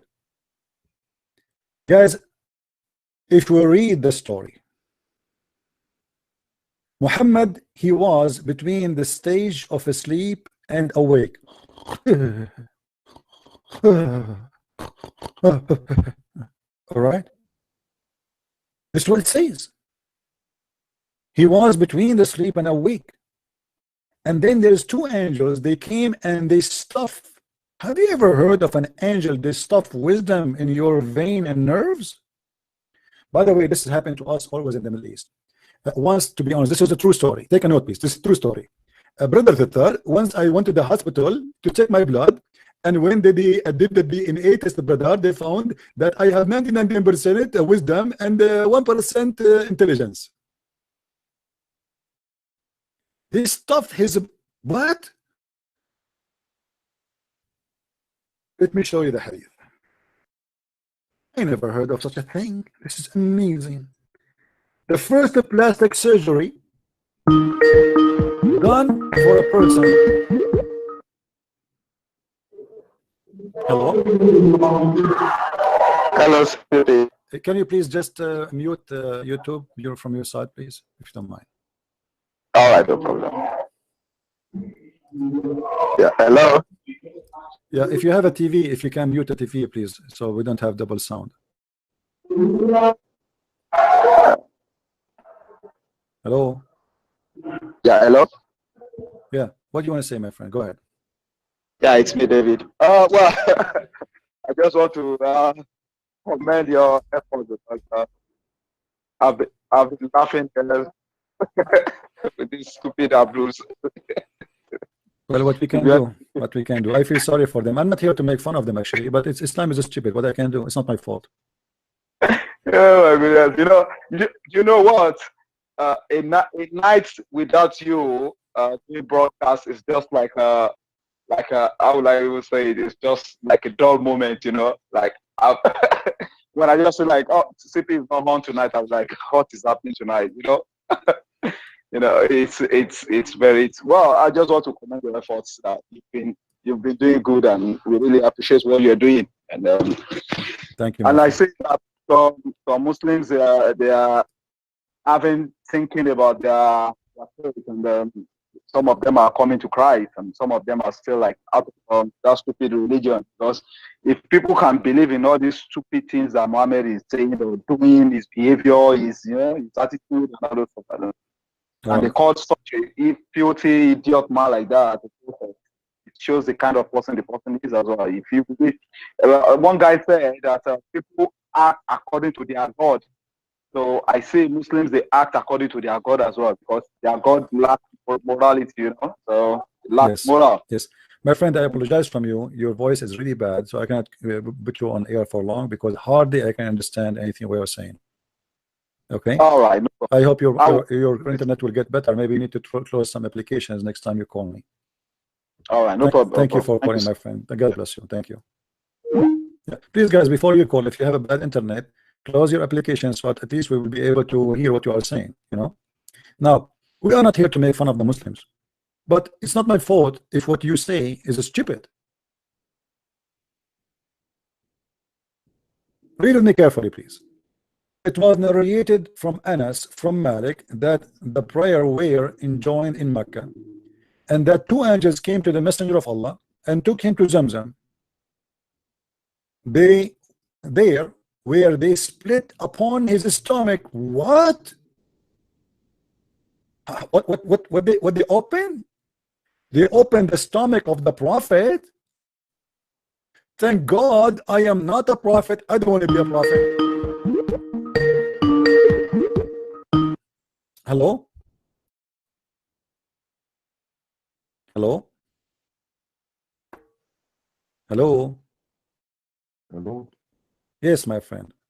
I'm back. I want to ask what the hadith is talking about. My friend, let me finish my topic, and then when we finish it, please, you can ask me any question. Let us finish this one we have in the screen. Talking about 70 virgins, Okay, I will answer you after that. No problem. Thank you. Guys, look at this. And two angels, they came and they cut the stomach of Muhammad. I feel sorry for Muhammad. You see, there is some ladies, when they give birth, they have a problem to deliver. So what they do, even some of them, because they are lazy, they don't want to go through the pain. So what they do the surgery. They cut their down there, which is not really good. Will not be healthy. However, it looked like Muhammad, he was giving birth. And looked like the angels, they cut the wrong place, because supposedly they are going to wash his heart. And instead of cutting in the heart area, they cut his stomach. Any Muslim can explain to me why the angels, they got the stomach of the prophet, and then they took out his innards and basin, and took out his innards in a basin. What innard means, guys? What innard mean? Anybody can tell me what is it? Because I don't know what this word in English. I know what it says there in Arabic, just to be sure that this is the correct word. What is inside, right? Innard is what is inside. Is that correct?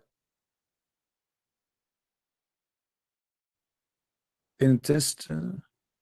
So like his organs, the organs inside his belly, his stomach. Man, they took it off.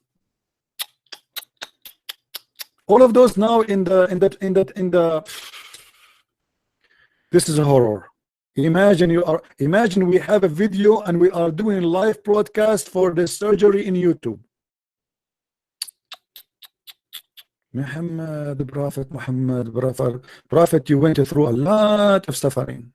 Here we go. Just because you want to be our prophet, they are cutting your stomach and taking everything out, and now you have empty stomach. All your organs are out in the shower tub.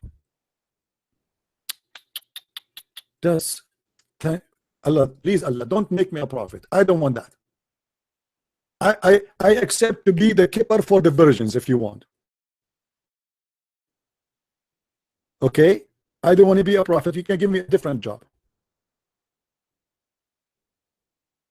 Abd Sulaiman, you just search for Debate TV, my friend.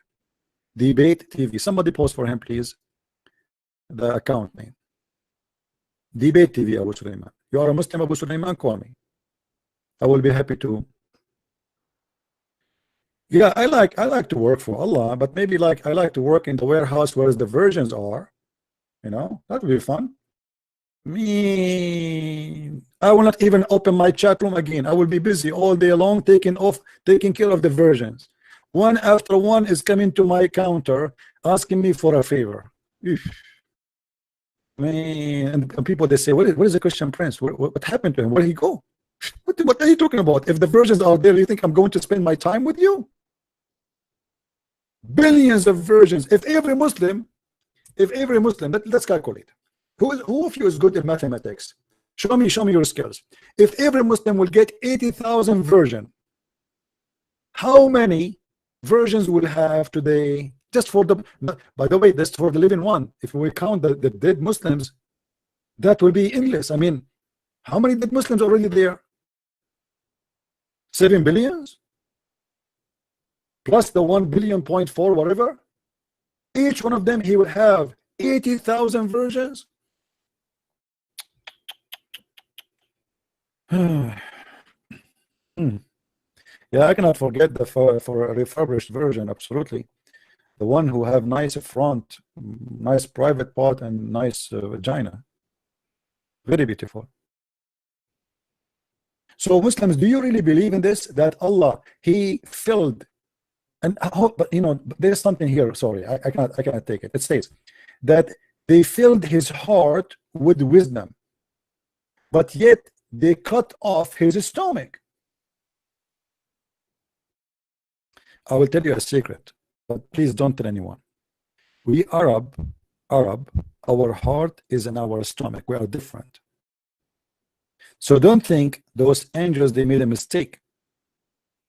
If you go and do an X-ray for any Arab guy like me, I'm an Arab, you will not find our chest have a heart there. No. It is sometime, actually, some Arab, their heart can be found in their stomach, and some it can be found in their balls.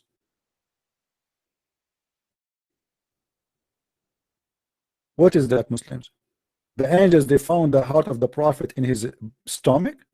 He ate it in the stomach. Are you sure?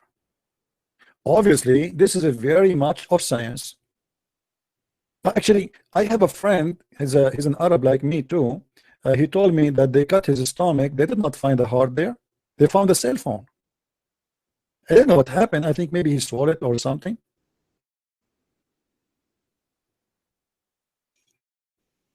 Do we have any Abdul? Balls? You don't know what balls? I will tell you what balls. Okay. How I can explain to you? I will explain to you the balls the same as my grandmother. She explained to me how my dad and my mom, they brought me. Should I do that? What do you mean you do not know what balls? Do we have any Abdul?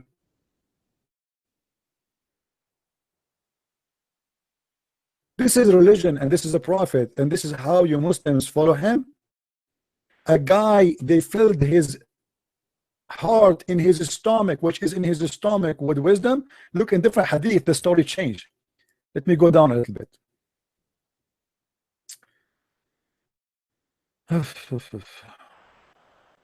What is the hadith?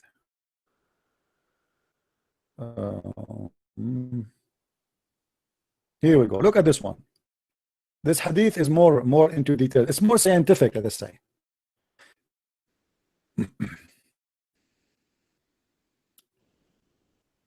Look. So they took him to Zamzam, and Jibreel cut open a part of his body. From where? Between his throat and the middle of his chest. From here to here. By the way, in different hadith it says, from here to here. They asked the narrator, what do you mean from here to here? He said from here to his testicles, which is a lot. And then he says, and he took all the material, I don't know what material is there, maybe, I don't know, plastic or something, out of his chest, and abandonment, and then wash it with Zamzam water with his own hands till he cleansed the inside of his body. And then they brought a golden tree, and then a golden tree containing a gold bar full of belief and wisdom. Oh man, I want to get such a dish. Have you ever heard of belief and wisdom coming in dishes?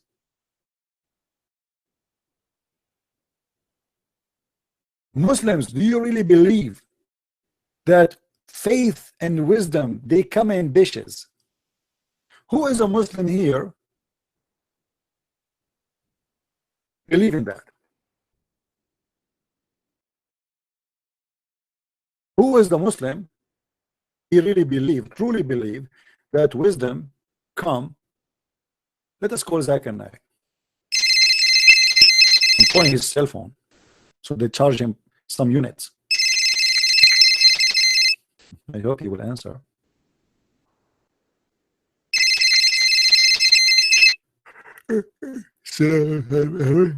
Assalamu alaikum. Dr. Zakir Naik, we have a question about that the angels they brought to the prophet a dish of gold full of faith and wisdom. How this happened?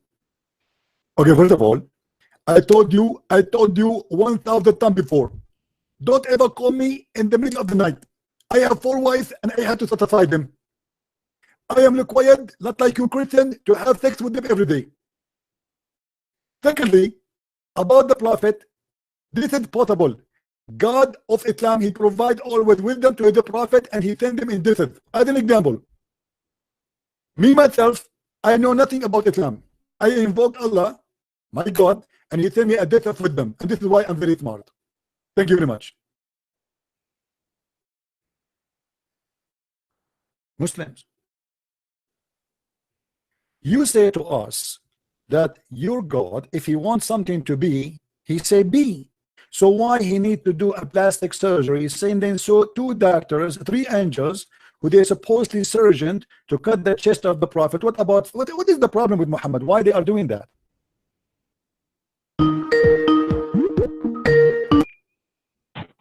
Hello? Hello? Yes. Are you Christian, please? Yes, I am, my friend. You are live on air. Go ahead. What do you want to say, my friend? I have seen you debating on hadith. You saw me what? Debating on hadith. Debating on hadith is useless. Debating and it's just a waste of time. Debating who is useless? I'm not sure. Debating on hadith is just a waste of time. Why it's a waste of time? Why? Debating on hadith. My friend, so what hadith? Hadith is what Muhammad said. So are you saying that your prophet is a funny guy? Are you saying debate this scripture? Okay, here we go. We can debate you about the scripture. What scripture you want to debate about? Choose for me a topic from the Quran so we can debate about it. Go ahead. What do you want to tell me? Debate from the Quran. Pick a verse from the Quran. Okay, tell me. You give me a verse. Which verse you like to talk about in the Quran? It's up to you because it's you who have a problem with. My friend, I don't have a It's problem you. with the Quran. It is you who have a problem because I don't follow the Quran. Why I want to have a problem with that? I'm having fun. You are the one who have a problem. The Quran causing you a problem. But anyway, as long as you are saying to me, pick up whatever you want. I'm trying just to be, just to show you, just to show you, my friend, just to show you that I'm very sure that whatever you pick up for me, any chapter in the Quran, I will find you errors and funny, stupid stuff there. So why you don't choose for me the best chapter you think is good for you? And let us see if it's stupid or smart. What chapter you like? Yeah, it's up to you. Okay, it's up to me. See, guys, I ask him many times, and he, you know, he is, he don't wanna choose one. So what I can do? Okay, let me ask you then. There is a in the Quran, there is a story about Shaitan. He is building statues for a prophet in the Quran. Do you know who is that prophet?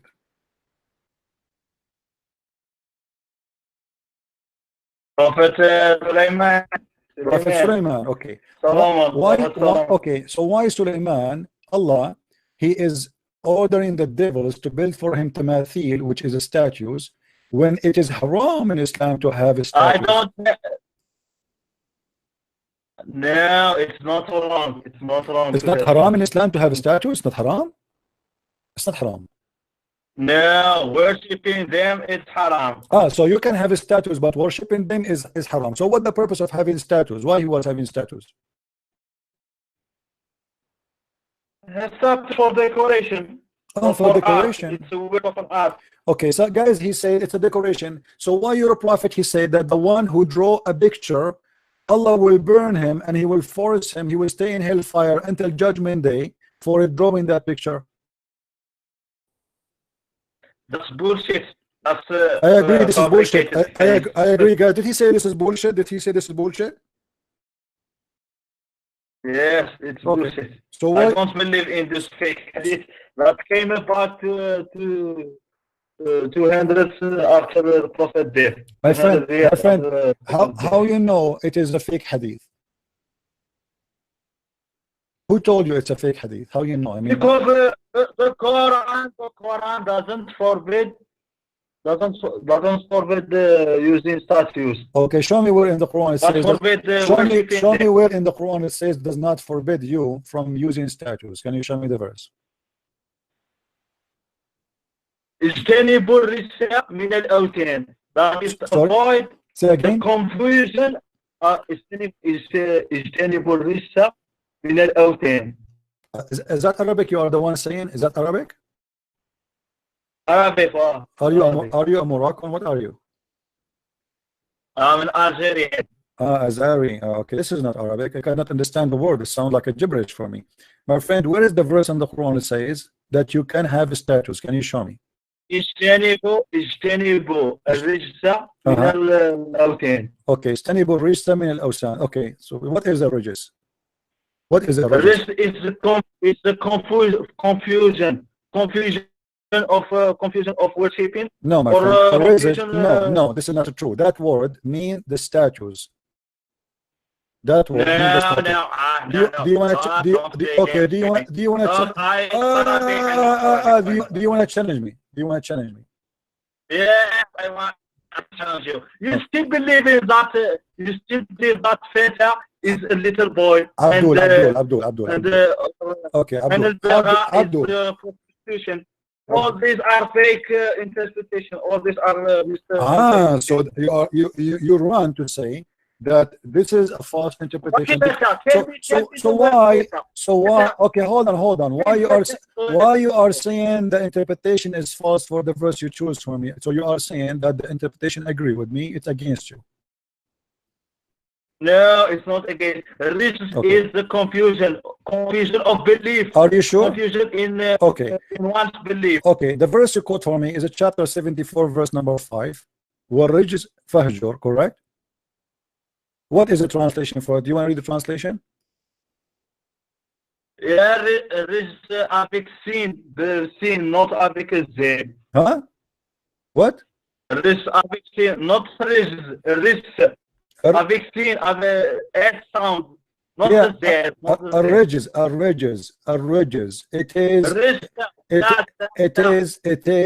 It is idol worshiping, my friend. Correct? Is outrageous.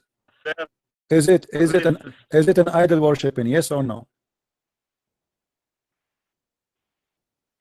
Yes, but it's confusion. Okay, so guys, okay. So why Allah saying to Muhammad, stay away from worshiping idols? If you don't worship idols, what was wrong? Why in this verse saying to him, stay away from worshiping idols? Why he said that to him? Was Muhammad worshiping idols? No, it's another word. It's a risk. It's another word. It's not a risk. My friend, what is not outrageous? What are you talking about? What this word mean? Isn't it? Do you want to read the interpretation for it? Can we go there? Do you want me to go there? I told you this is the confusion, it differs from context to context. What context to context? I'm asking you this verse, chapter 74, verse number 5. Is it about worshiping the idols? Yes or no? Chapter what? Tell me. Chapter 74, verse number 5. I will see. 74, verse number 5. Verse number 5.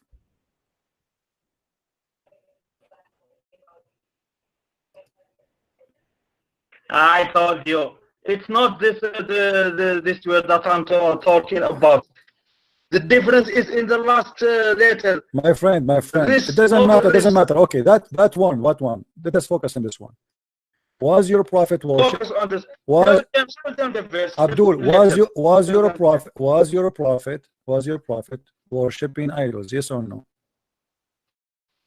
No.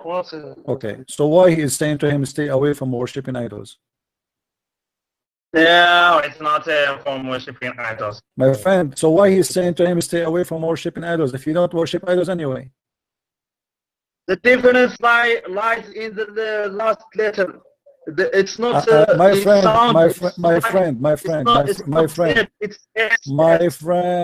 hold on, take it easy. All right, do you read my screen? I'm showing you a screen in front of my eyes. Do you see a screen? Do you see a screen?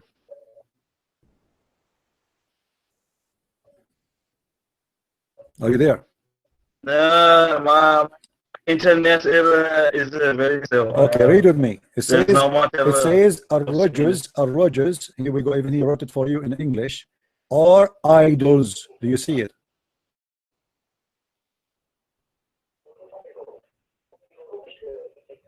So I was right, and you are wrong. No, it's the misinterpretation. No. What? This is Ibn Kathir. Are you saying you know? Are you saying you know better than Ibn Kathir? Of course, it's not me. There are no. Of course, guys, did you hear it? Did you hear what he said? Did you hear what he said? Of course, you know better than Ibn Kathir. Of course. Okay.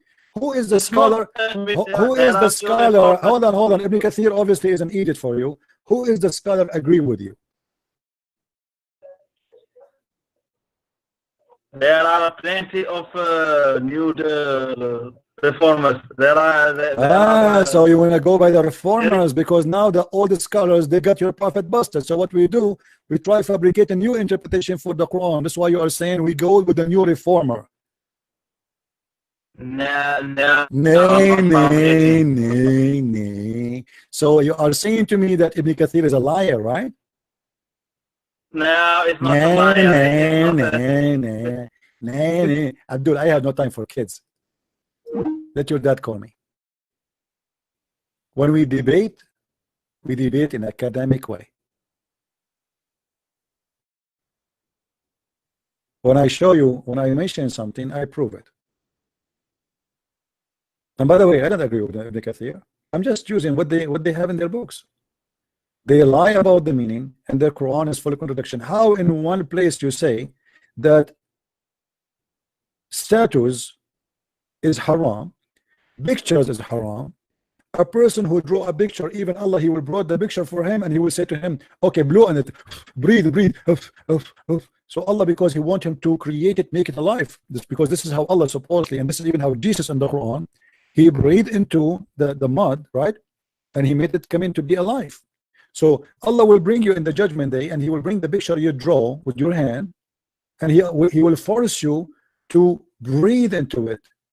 And if you could not make it come to life, Allah will punish you, and he will force you to breathe into it and it for eternity in fire. Do you see the hadith, guys? Read with me. Messenger said, he who painted a picture in the world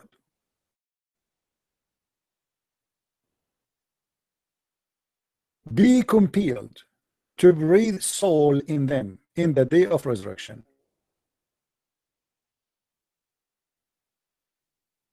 In different hadith, Muhammad, he said, speak more about how Allah will torture those who make pictures.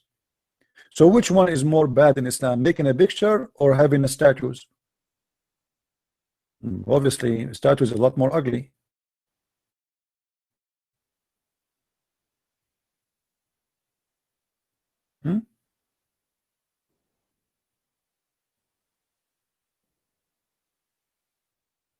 Who is a Muslim would like to call me? By the way, we have to admit that the Prophet sometimes he say a lot of wisdom. As an example, the story in front of us, where he said, don't he, a Muslim, he dared, how Muslim afraid that if he raised his head for Imam, Allah will head as a dome. And I find that this is very astonishing, full of wisdom, because it's proven by science today that there's a lot of donkeys can be found in Al-Qaeda mosque, as an example, or ISIS mosque. Obviously, because they are raising their head before the Imam. And look what happened to them. Allah, he made their heads like donkeys. Is that wisdom? For those who are asking me to be nice, I cannot be nice. Sorry, you are in the wrong place. I'm debating the devil, and I cannot be nice with them. I'm not debating this Abdul. This guy is a victim. I don't debate Muslims. Christian Prince, I heard yeah, gay, and take it up. Okay, hold on, guys. Did this guy he is saying to me you are a gay? How Muslims you are speaking about gays when you're a prophet he was a gay, and I can prove it easy. Let us read together. You are the one who brought this topic. I'm sorry. Well, I am not a gay, but your prophet is, and the proof is here.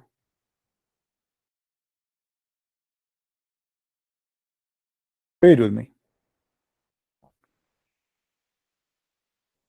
Abu Abdul Rahman ibn blah blah blah, quoting a blah blah blah, giving blah blah blah blah, saying blah blah blah blah blah blah blah blah blah blah, said, and this is Sahih Hadith. Your prophet, he came to a man, and he poked up under his ribs with a stick. He said, Let me take retaliation. What? He said, take retaliation, please. Okay. Then he said, you are wearing a shirt, but I am not. Uh-oh, things are getting hot. The prophet said, then raised his shirt, and then the man embraced him and began to kiss his side. What? What? Hello? Hello? And by the way, it doesn't say that the man is kissing the side. It says that the prophet is kissing the side. It doesn't matter anyway who is kissing who. What kind of a prophet he is doing that with the man? And then the guy, Muhammad, he said, and the proof that Muhammad is the one who was kissing him, the proof of that, this is false translation. You will see the man, he said, then he said, this is what I wanted, messenger of Allah, don't stop. Don't stop, please. Yes, this is what I want. Don't, please, don't stop. This is the proof that the one was kissing, it was Muhammad kissing the man. If the man is the one is kissing, Muhammad should say that. Correct, guys? Is that correct? You see how they fabricated translation? They make it as it is the man kissing Muhammad, but the fact it is Muhammad kissing the man. How he is kissing, but he can talk yet. Muhammad is kissing the man in his body, naked body, and the man, he says, this is what I want, Prophet. Yes, please, don't stop. Please, Prophet. Alhamdulillah. This is Prophet, please, don't stop. They're right there. Allahu Akbar. Takbir. You want to talk about gays? Should I show you more reference, my friend? Where is the Abdul who speak about gays? Should I show you the hadith where your prophet, he said, in the heaven there is bazaar where people, they buy and sell nothing except images of men and women? Let's find you the hadith. See what happened. The Muslims, they open a topic, but then right away when they open it, they feel sorry for mentioning that. I mean, don't do that with me. Anything you say is going, you will be taken accountable for what you say. Don't accuse. You see, the Muslims, they accuse us of things. It is their prophet who have it. Read with me, please.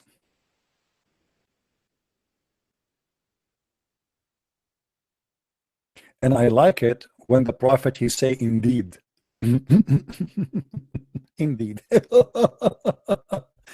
Oh boy. All right. The prophet of Allah, the messenger of Allah, SAW. SAW mean supplier of aftermarket weird stories. Indeed, in paradise there is a market which there is no buying nor selling, except, which means yes, there is buying and selling, but the product there is one, for images of men and women. So what we have in the heaven of Allah, we have a mall. Let us go to the mall. What they have in the mall, there's no couches, there's no furniture, there's no clothing, there's no jewelry, there's no shoes, nothing. There's only images in the mall. Images of what? Men and women. And Muhammad continues saying, so whenever a man desire, who is the customer, guys? Who is the customer? Is it a man and a woman? No. The customers is a man. You see it? A man. Desire what? An image. He enter it, which means you have sex with it. But the pictures are picture of what? Pictures of men and women. So a Muslim man in the heaven, he will have sex with men and women.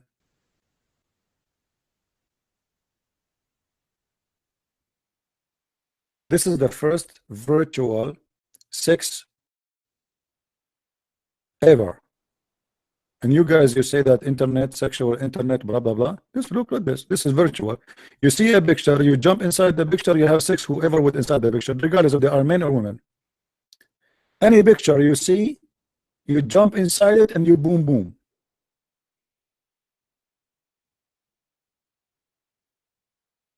Once I was in Asia, a woman, she came to me and she said to me, boom boom. I said to her back, boom boom. She said, okay, go, boom boom. So what, where, boom, what is that? Boom boom. But then I learned what boom boom mean. You know, you have to be careful with boom boom. A lot of boom boom. So you Muslims, you will go in the heaven. You are going all the way to heaven, and then you take the bus. You go to the mall. In the mall, there's a mall which have nothing except a Playboy magazine, naked men and women. And then the picture you like, you jump inside it, have sex with it. Alhamdulillah. Boom boom. And you are talking about gays? You will do boom boom with men? Who is the Muslim? What is the guy who speak about my friend المسيح هو الرب اشتراني يعني شعبي خرطي Any Abdul? Who is a smart Muslim would like to call us?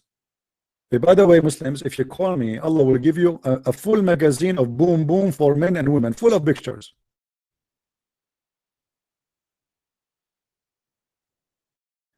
Where I want to take in Arabia about the New Testament. Where you live? Okay, my friend, what talking to me about the New Testament have to do with where I live? Yeah, I'm a black, blonde, African American. I don't know where I live. I'm confused like the prophet. Sometimes Jibril come to me and he have a donkey with him. Sometimes he come without donkey. I don't know what to do. By the way, sometimes I feel like I'm a Muslim prophet too. You know, I get a lot of inspiration. Like as an example, can we marry from watermelon? Interesting. Have you ever heard of religion speaking about having sex in watermelon except Muslims and Islam? I mean, how far the imagination of those people when it comes to sex can go? Sex with images, sex with picture of men and women, even watermelon? Hello? Who's Abdul want to call me? Guys, did you notice that Muslims first time they call me, let us say they get so excited, like this guy with his name, Muslima, he was so excited. And then he noticed that that was a big mistake. We lose them.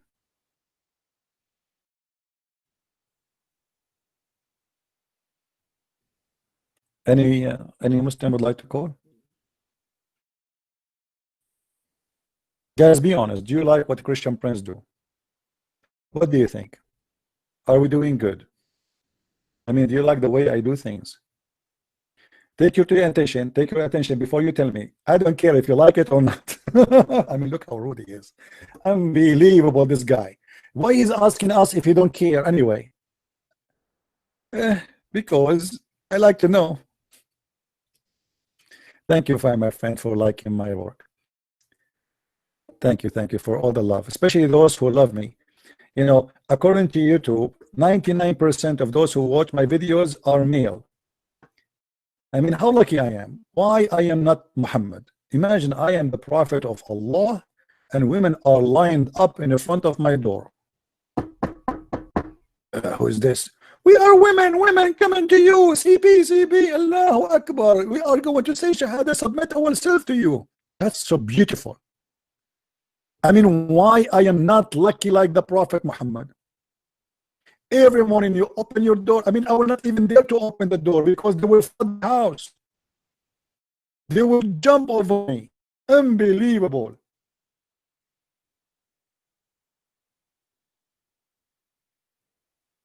This is not even fair. Muhammad, he got all the women, I got nothing.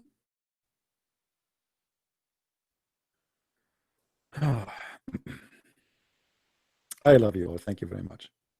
You know, my problem with the Christians, they, you know, because we as a Christians, we've been taught always to be very polite. And they think that Muslims, if we speak to them in a normal way, we can do better. Trust me, it doesn't work. It doesn't work. And I showed you that the Muslims, they believe in the Quran, and the Quran says that Christians being cursed by Allah and he made them nice. He made them nice to be humiliated So the Muslim, they believe that when you are nice, that's not because you are a good guy. That's not because Jesus, he taught you to be nice. Just because Allah, he cursed you. Are you getting the point? Not because of the good of God. Because it is the curse of Allah to make you nice to the point you accept to be humiliated. And this is the Quran in the front of your eyes. You believe in that?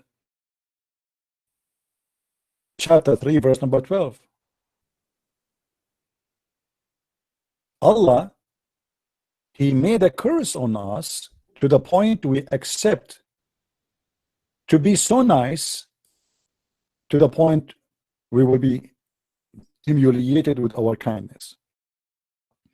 And this is why the Abdul, they are desperate to debate someone. He is an American Christian priest or a minister, etc., because they knew he is going to be so kind, so wonderful, to the point we can throw stones at him, still he will not do any retaliation. That doesn't work with me, because I know if I practice that with them, that will make them believe that Allah is the one who made us nice to be humiliated. You cannot humiliate us Muslims. You cannot. We are the followers of the true God. We don't kiss the stones. We don't pray in front of the stones, and we don't go around the stones, and we don't worship a man. It's you who worship a man. The Muslim, they say to us, how you accept a man to be God? Well, you remember that he's a man, but you don't remember that he is the one who can resurrect people from death, and the Quran witness for that.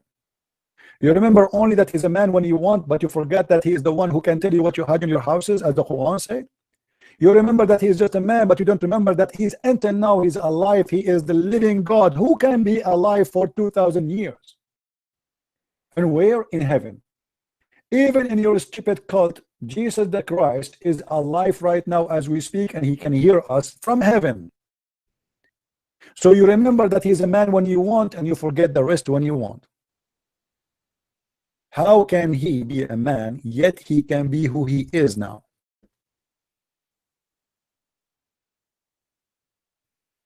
You know what I mean? The man, he cannot do that.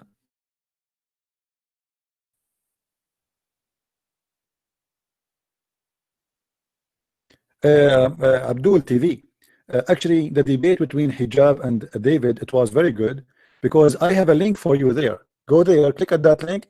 This is one of many videos I will make to show you how stupid what Hijab, he said he just destroyed Islam. Just to show you how horrible this debate is. This debate is the most wonderful debate, not because of David Wood, but because you have the most stupid person to defend Islam. He just insulted the Prophet. And I will make videos, because you know the problem I have a very short time. I'm spending too much time in live broadcast. But already I made 3 videos. They are in Facebook. And this video here, this is the last one I made yesterday after I finished. If you click at the info, you will see watch his comedy, this comedy, and then you click at the drive Google, download the video. You will see how stupid this Hijab by what he said. I will make you so proud about him.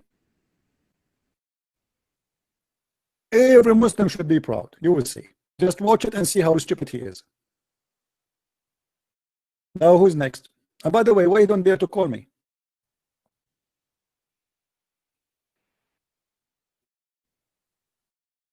Actually, Hijab, he said something. And by the way, I downloaded the video because I'm expecting him to take it down soon. For now, they are proud because those Abdul, they are stupid. They do not know what happened. This is why I download the whole video before they take it down. This guy, he said to David Wood that the Quran would be destroyed. Is that correct, guys? Did he say that? He said the Quran will be destroyed. That is alone proof that his guy is out of Islam. And the Muslims will torture him for that.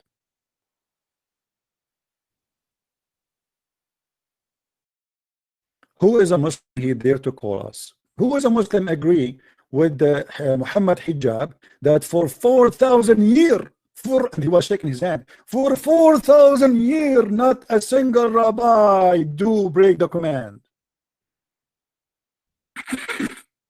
4,000 years, that means the Quran is a lie. That means Muhammad is a scam. He just admitted that his prophet is a liar. Who agree with Muhammad hijab? I challenge you to say I agree. Yesterday we got a caller and I showed him what hijab he said. He said I'm going to contact him to question him about that. Until now we got no answer. Who of you is going to question Muhammad hijab for saying such a stupid thing, accusing his prophet to be a liar? For 4,000 years, brother, 4,000 years, not a single rabbi.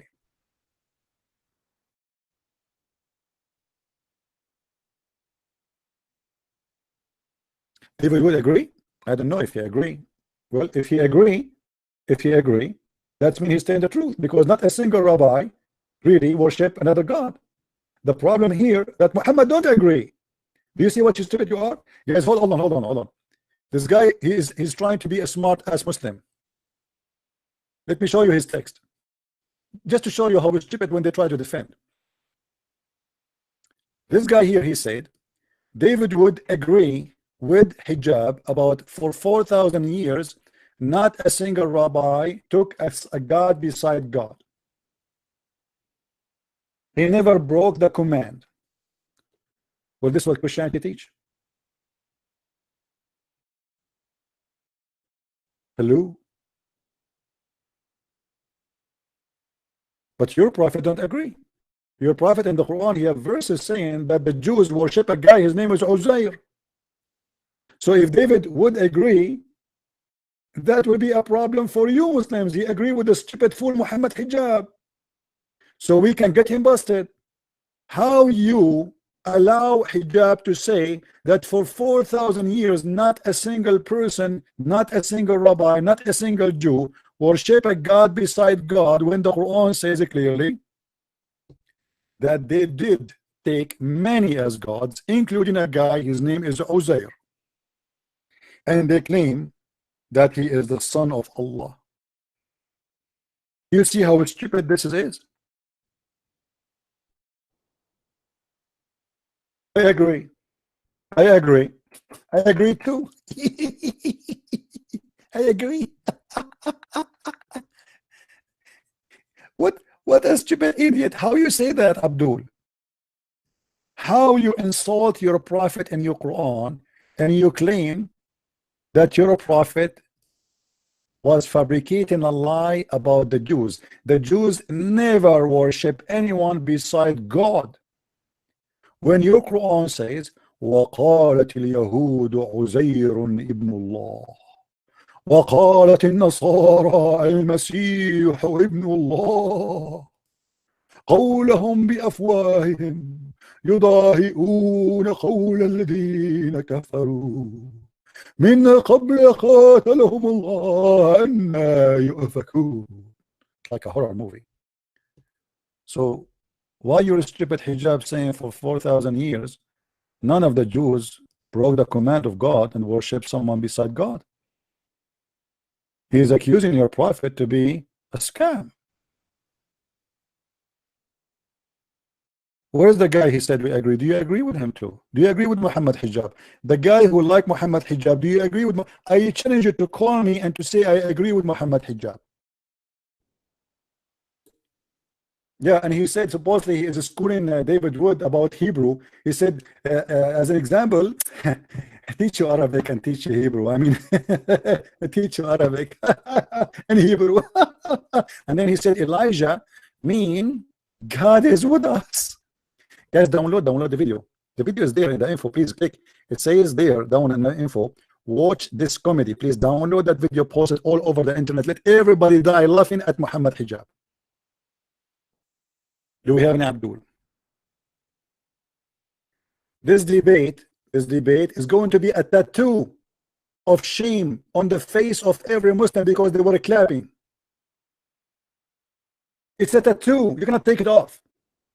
Is my voice bad, guys? Is my voice bad? No. Why you cannot download my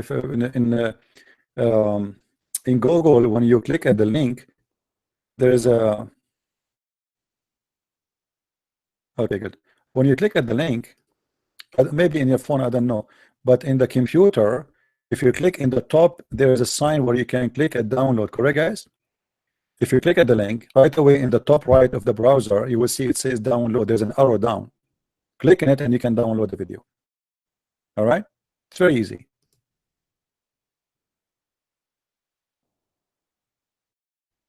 But I warn you, you will laugh a lot. Now, do we have any Abdul would like to call us?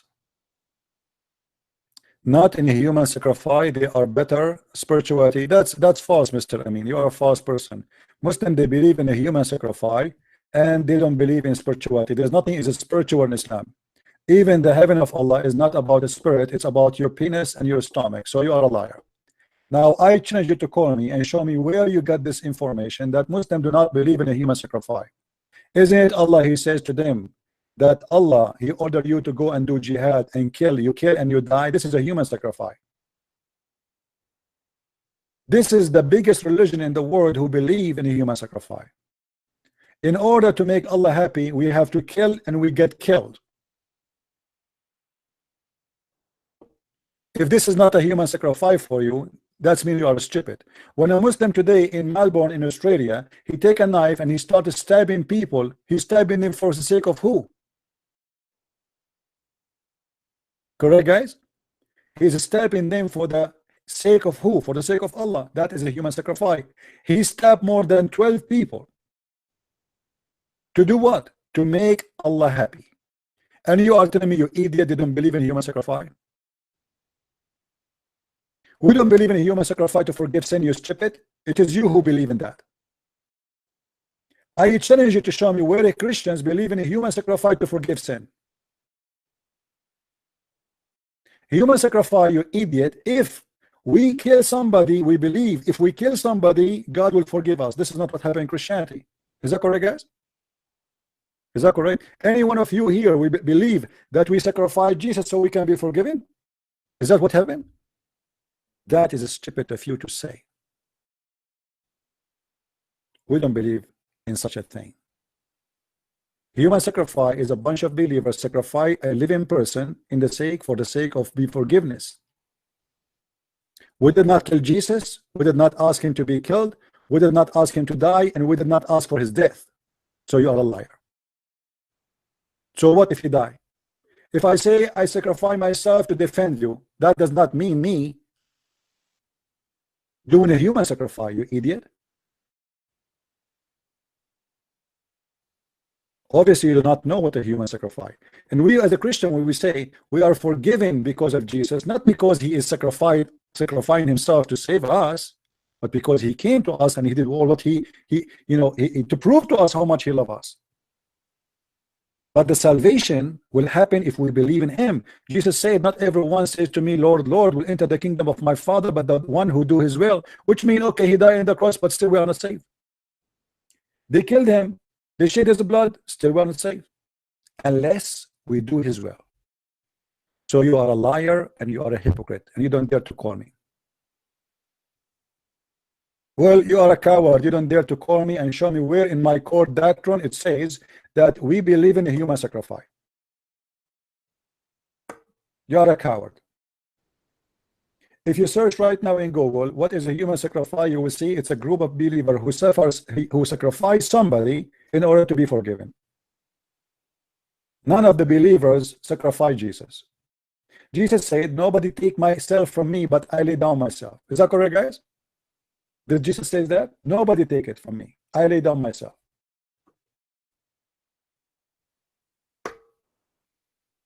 Who is a brave Abdul? He have the courage to call. Well, we explain to you, but look like you are a kid and you are here just to disturb.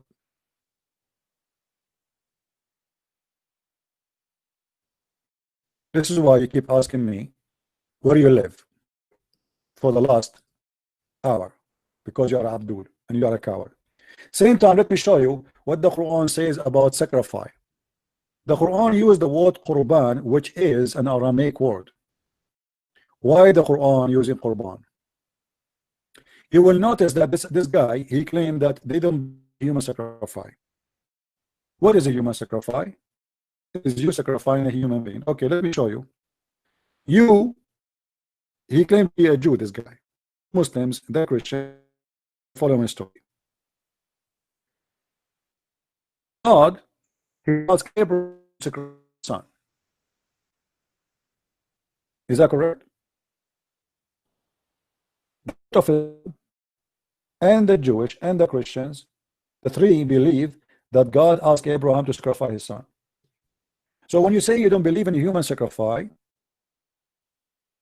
and you are making fun of it, you are making fun of your religion first, because it is your God who's asking for a human sacrifice. That's number one. But the story here have a different meaning. In Christianity, God is not asking Abraham to do so because he wanted him to kill his son, and the proof, he did not let him do it. It was a test for obedience for Abraham and his son. They are willing to die to obey God. But according to Muslims, the story is different. You will notice that in the Quran, there's many places the verse Qurban or the word Qurban appearing there. And the Qurban is always about a bloodshed, not necessarily about a human sacrifice. As an example, in chapter 5, verse number 27, where the children of Adam, they want to have sex with their sister. One of them, she have a cross eyes. I don't know what's wrong, guys, with my audio. Not sure why. Let me turn off my Skype. Hold on. Maybe that will help. Okay. The chapter 5, verse number 27, it's about the children of Adam. According to Muslims, the wife of Adam, Eve, she used to give birth every time she gave birth to a boy and a girl in the same time. All right. And what Adam he used to do, he marry, or let us say, he gave the sister of the twin to the other twin, which is a very funny, stupid story. But then Cain and Abel, they have a fight over one sister. Both of them, they want to have sex with her. Why? Because one of the sisters, she have a cross eyes. How stupid this story is. Two brothers are having a fight over a sister because one of them, she have a cross eyes and nobody want to have sex with her.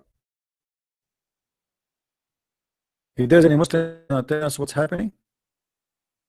So Allah, he told Adam to tell his children to give a sacrifice. One of them, he gave a sacrifice which was a ram, and the other one, he gave sacrifice as zucchini. Allah, he accepted the ram and he ate it, and he refused the zucchini. Any Muslim have an objection?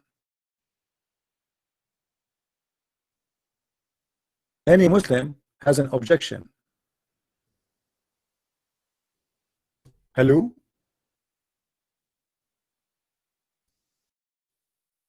Are we telling the truth, Muslims, or we are lying? Hello?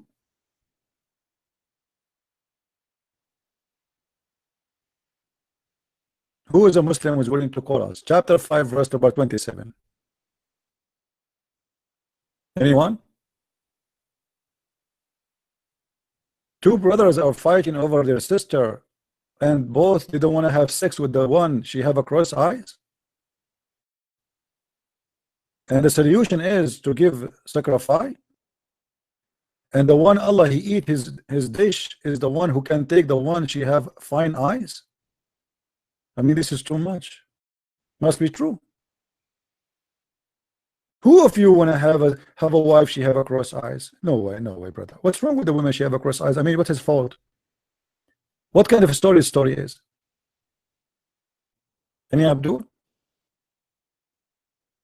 Hello? And for sure, the Bible he forbid that. And there's verses in the Bible speaking about to forbid sacrificing your sons and your daughters.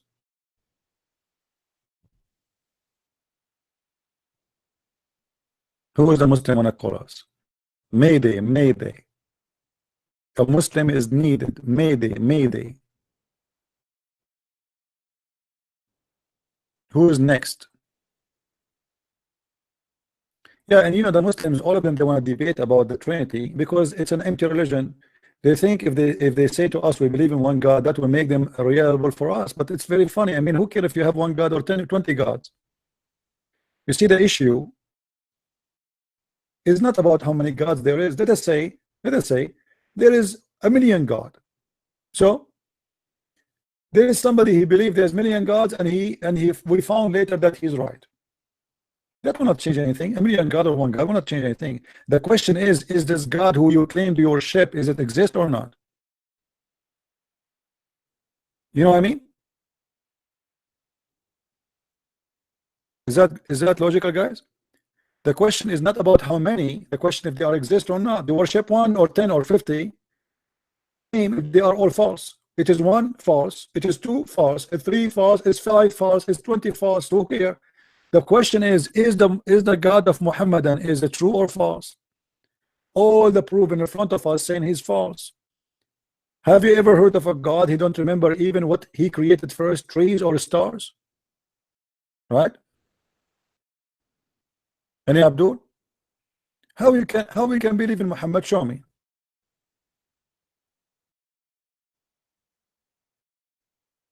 You tell me how. So you are obsessed with repeating yourself. We worship one God, one God. We worship one God. The Jews worship one God. So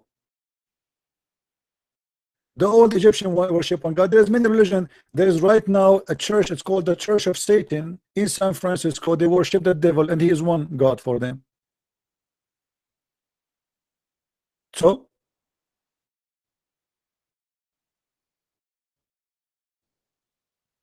no, I will not show you the reference unless you get me Abdul. Get me Abdul. Make me excited. Guys, do you want to push me to the limit to show you things? You have to bring me Abdul. Who want to bring me Abdul? Abdul, yeah, Abdul. Let us eat food. Oh, Abdul. Abdul, yeah, Abdul. I love you, Abdul. Come to daddy. You don't believe in Christianity, you loser. Just try and do this other loser. Who is this one who's talking? Lone wolf? Why we don't believe in Christianity, my friend? How you say that? I believe that Jesus is my God, my Savior. What's your problem? Do you believe in Christianity yourself? How many Abdul? As many as possible, please. You know, because always we are looking for Abdul. Once the Muslim recorded my voice saying, give me one Abdul, I give you 5 hamburgers. So I went in a chat room in Patung. The Muslim, they said to me, hey Christian Prince, listen, we know how you convert people out of Islam. I said in text, how? And they play my voice saying, give me one Abdul, I will give you 5 hamburgers. What? I convert Muslims because I give them 5 hamburgers? Them really believe in that? And then they give them a they're trying to make fun of me. To them, well, you know what? Look, Muslims, you are telling me that you Muslims are willing to exchange your God for 5 hamburgers, and then you're so upset with me. One who said that to me a second ago, you made Muslims leave Islam. Play my voice saying, 5 hamburger. Okay, I was saying, as long Muhammad he received inspiration as a sound of a bell, as you see here. I received this inspiration from Allah.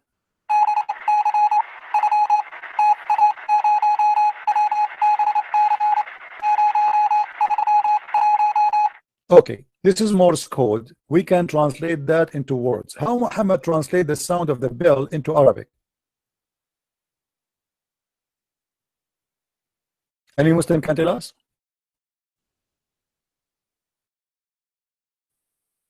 How Muhammad can translate what he received as a sound of a bell? How that became Arabic language? Hello? Hello? Muhammad, you receive, Muslim Abdul, think with me. Please use your brain once in your lifetime. Muhammad, he just said that he received Quran in a sound of a ringing bell. How that became Arabic?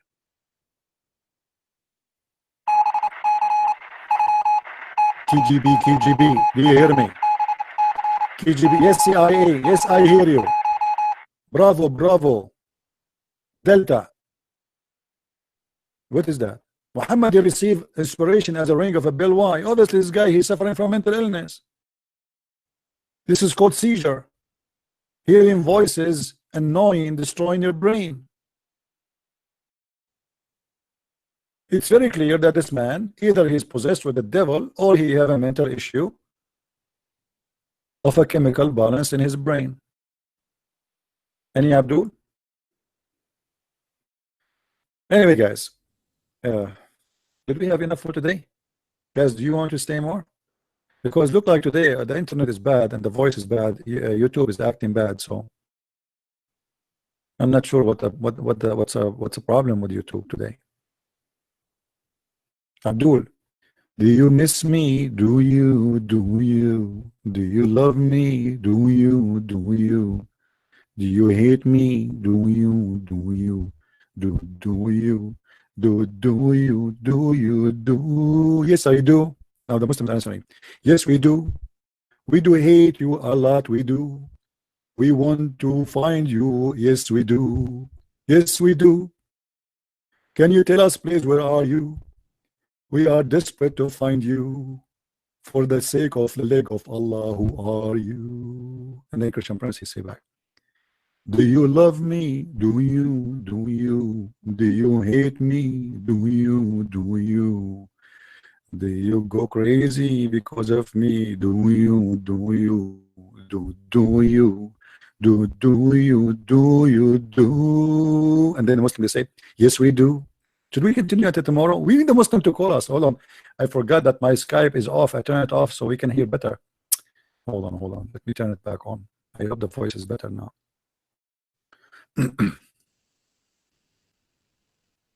Who is the second Abdul? We have 3 Abdul today called us. We are lucky. Any Abdul would like to call?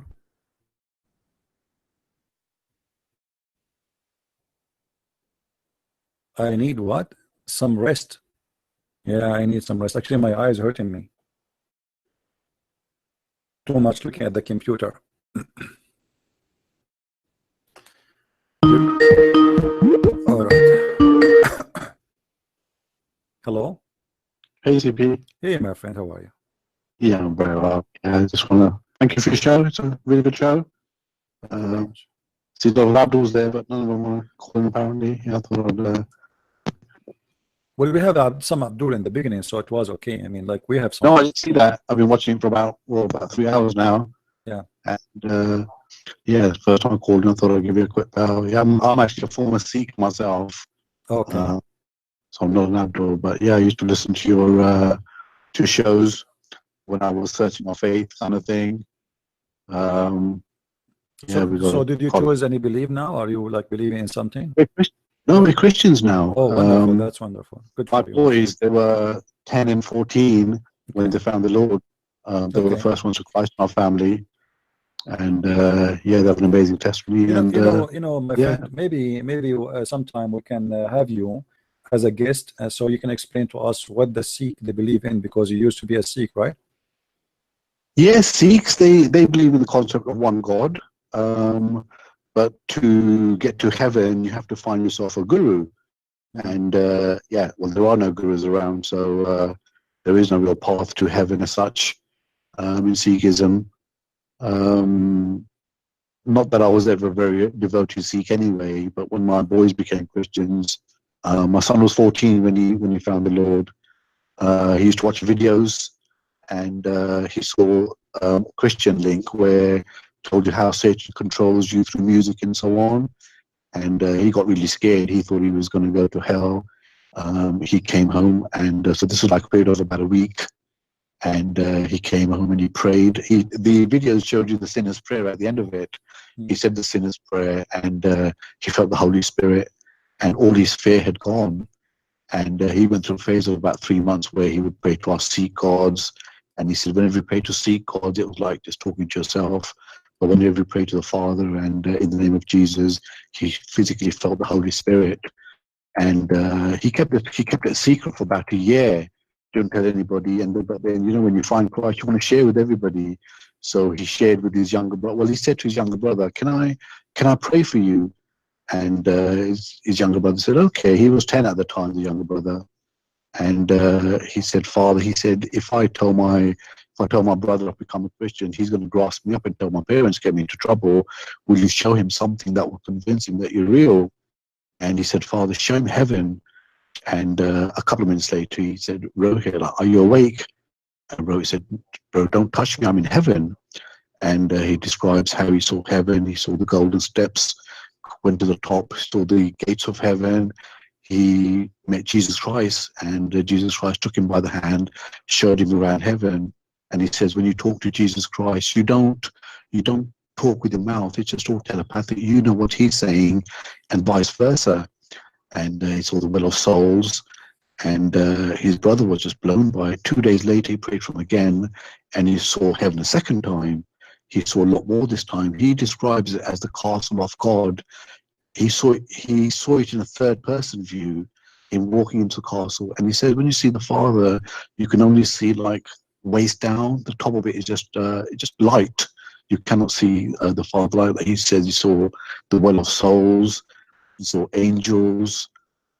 And then about a week later, they came down and they said, "Pa, we've got something to share with you. We've become Christians." And I thought, wow, how did that come about? So they told me the testimony.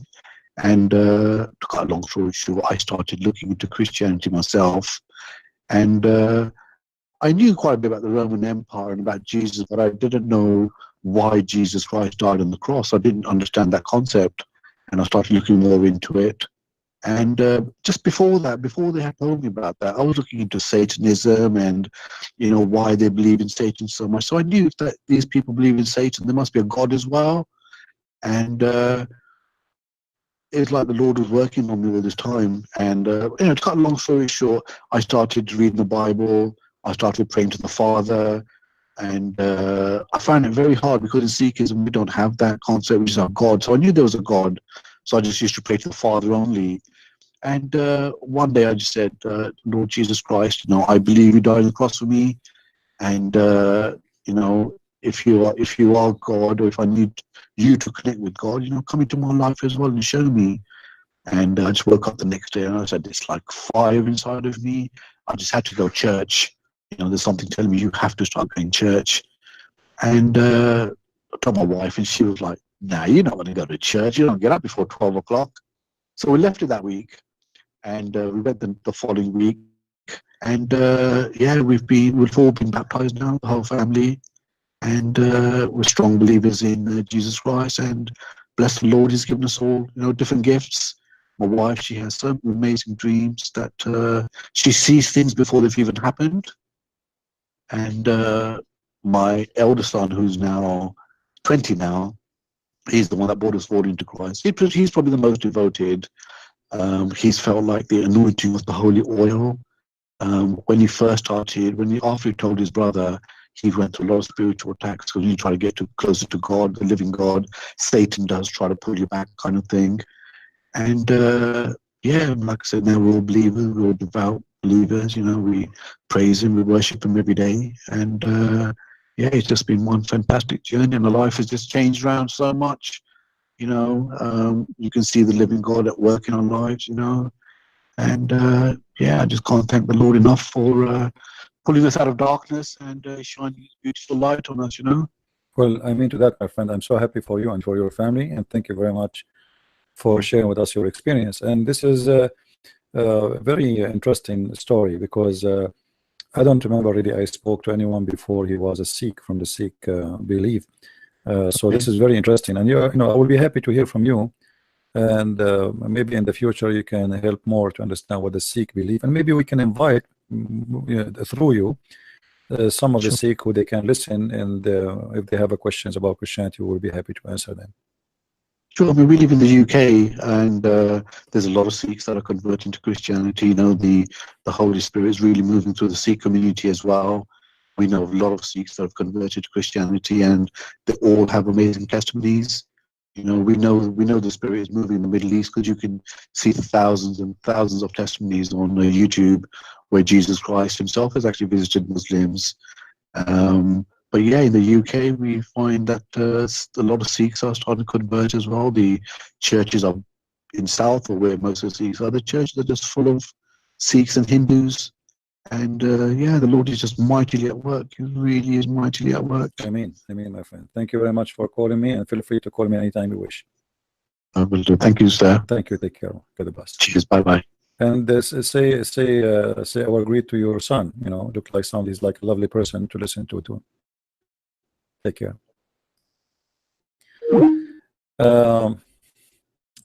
Beautiful story. You know, the Lord always, he don't leave himself without witnesses. He do not need a prophet who hear the sound of a bell and the stones talk to him, say to him, Assalamu alaikum. And he imagined himself having sex, but in fact he never did. I mean, how in the world those people, they can believe in Muhammad? How you can listen to him? How you can accept him for a second to be a prophet? Human being sometime proved to himself, like proved it to us every day, that he is silly, stupid. Do you really believe that God is going to give you a lot of naked women in heaven? For what? For believing in him? That's stupid. That's pure stupidity. God is the God of holiness, not the God of sex and porn. And you know what? Let us say God wanna have you, make you happy as a human being the way you are, you know, with the sexual desire. Okay, what about giving me a woman, she loved me and I love her, and that's it? Is it possible that I can be happy with one woman? Yes, it's possible. You know what women cannot do. If a woman cannot make me happy, then all the women in the world, they cannot make me happy, because all of them, they are the same. What is missing is love. Correct, guys? What is missing, if there is something missing, then it is going to be love. Otherwise, if you give me 80,000 women, all of them, they have the same face. What make it even more stupid, all of them, they have the same look, the same eyes, the same name. They sing the same song. It's like a toy, like a toy.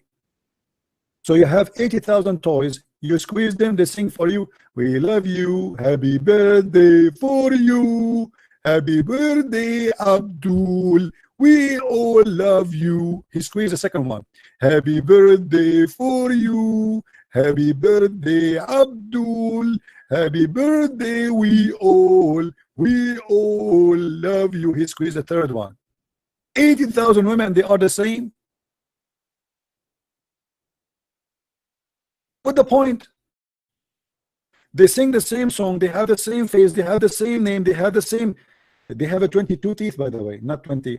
So what the point? This is lost. This is not about be happy. This is about sex. This is about an obsession, addiction to drugs. This is drugs. This is not love. This is lust of drugs. And it's stupid at the same time. At least make them look different. So I will feel like, okay, I'm sleeping with different women. All of them, they look the same, have the same voice, the same name, and they are exactly copy-paste, like bacteria. So what's the point? Where is the, you know, if God wants me to be happy with a woman, he will bring me a woman, she loves me, and I love her. That's it. Isn't it beautiful to have someone, she loves you, and you are decent to her, and she is decent with you? That's beautiful. Where is love? I mean, the promise about sex in heaven, it's not include love, it's include just having sex. The most important thing for a human being should be love. Because if we do have sex without love, that makes us the same as animals. You are in love, not in lust. You are in love with the person, and then you want to have a family with the person. You want to be the Christianity focus and being united, not divided.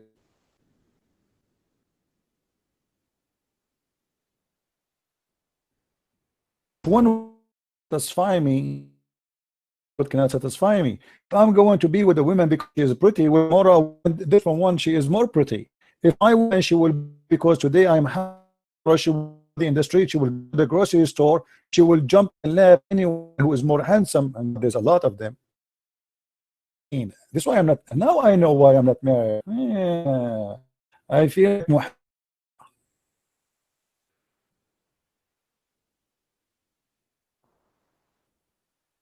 Islam does not teach you decency. Where is decency here? Where is the decent God? Where is the decent in? Where is the holiness? A lot of sex. Never. He promised that Allah will take a bunch of prayers to heaven, from hell. He will deliver them to you, because you know why, right? You know why he is going to take women from hell? Who are those women who are taken from hell? Those are the prostitutes, who they have a very much skills of sex. Look what Muhammad he said. No, you know, for me, I like to be married, but you know, it's not easy to find a woman she can handle what I do. Imagine, like, I have a married now, and her husband is sitting for hours and hours and hours every day doing what I'm doing, screaming, shouting, fighting. I mean, that's not easy. That's not easy. She will have a headache, even though she is not the one who's talking, you know. Anyway, maybe the Lord one day he will send me someone she can accept that. I'm going to buy the lotto next week.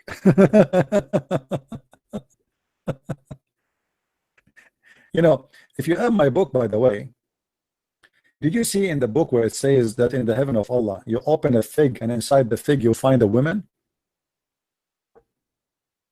Who of you have my book, Six and Allah? How many of you have my book, Six and Allah? Imagine you open a watermelon, and inside the watermelon there's a woman inside. And you know the funny, I bought watermelon, I found no women until now. I mean, why I'm not lucky? Why only those things happen in Islam? Don't forget, please, those who read my books in any language, don't forget to make a review, and don't forget to tell your friends about it, and be honest about in the review. If it's good, say it's good. If it's not, say it's not. Thank you, Gio. Thank you. I love you all. Actually, I feel I have a big family, and I don't feel really I am alone. Yes, sometimes I feel like I'm fighting alone. But first of all, you know, I choose to do this. Nobody forced me. I love it in the same time, to be honest with you, because I'm a thinker. I have a different idea of joy. The joy of seeing somebody saying to me, thank you, Christian Prince, because that is going to be sent to my Lord. It's not thank you to me. This will be in my reference in the front of the Lord, that one day somebody will witness and will say, the Lord, this guy, he helped me.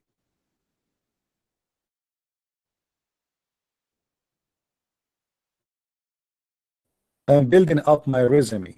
So one day when I meet my Lord, my resume will be good.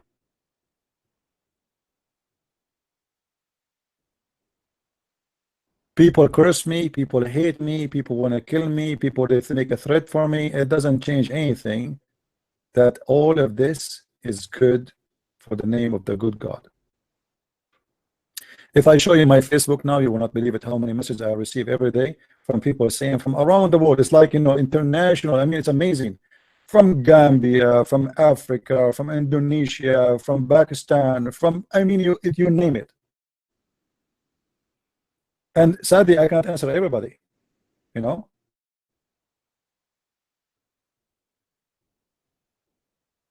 And this is why, you know, for us, we should remember that don't ever think that because you are just one person, you cannot change the world. You can change the world. You can share the truth. If every one of us says, I am just a person who do not know much, what I can do, then who is going to fix, you know? Imagine we have a street, and in the street there is garbage, and nobody want to clean the garbage. Everybody says, I mean, it's too much garbage. But too much garbage, if you start picking it up, and everybody say, okay, I will pick it up with you, then we will find that street will going to be clean soon.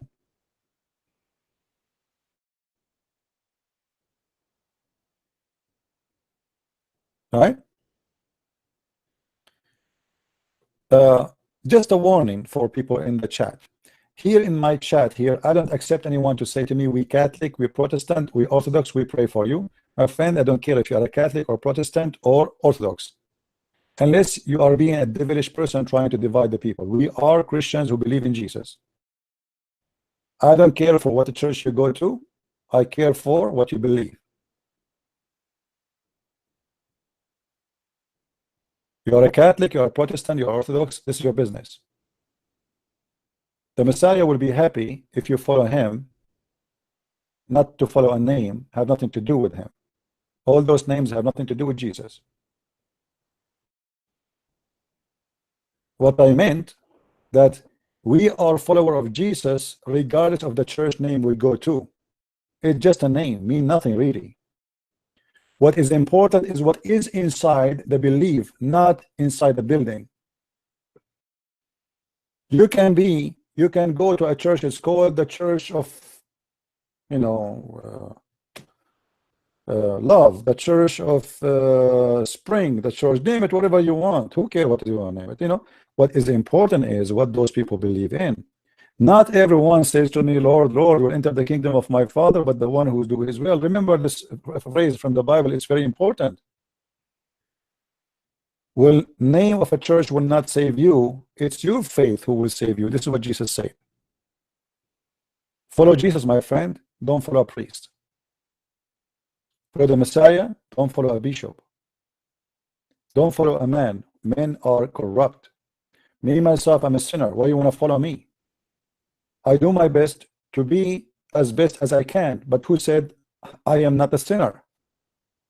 Don't put your trust in a name except his name. Anything else is false. Do we have any Abdul?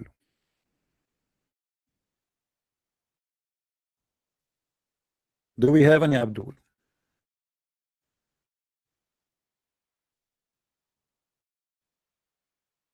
My friend, this is not important revelation. You know, with my respect to you, as I said, it's not important really to go to say I'm Orthodox or not, because who cares? I mean, you believe in Jesus, the Father, the Son, the Holy Spirit. You believe in his crucifixion. You believe in his resurrection. You believe in his coming back.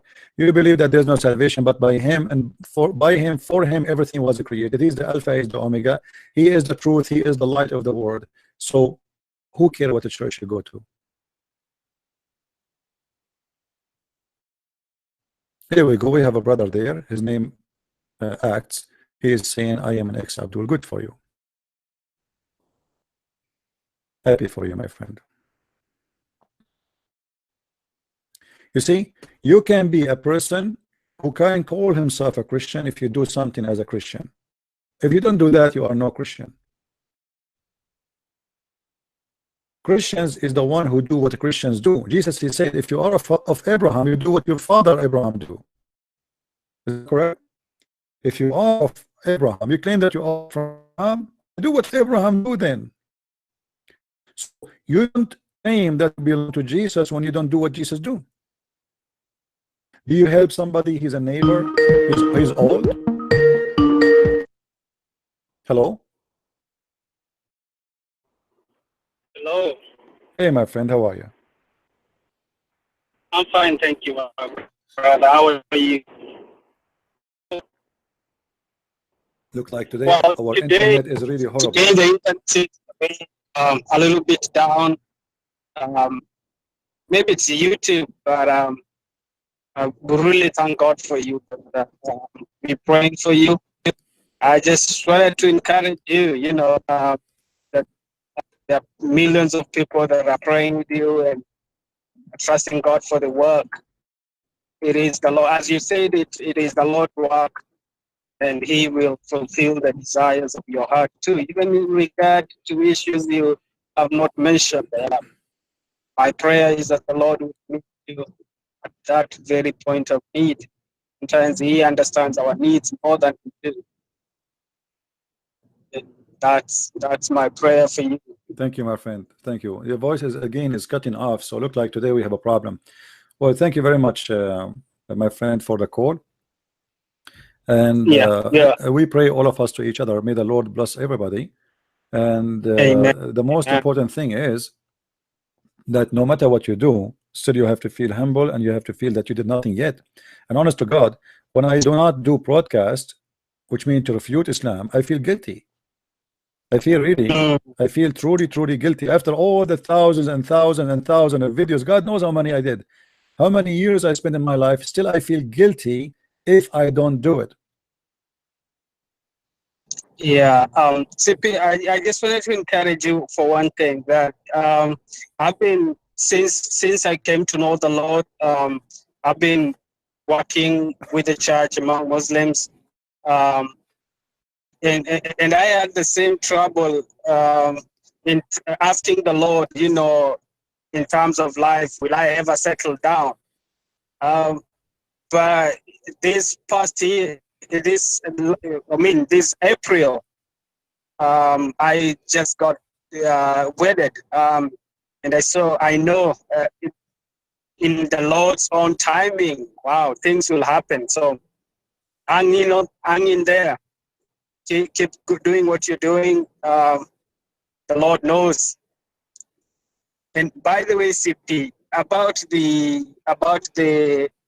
women that will come from hell for Allah or Muslims, isn't that very funny? I mean, it doesn't make sense.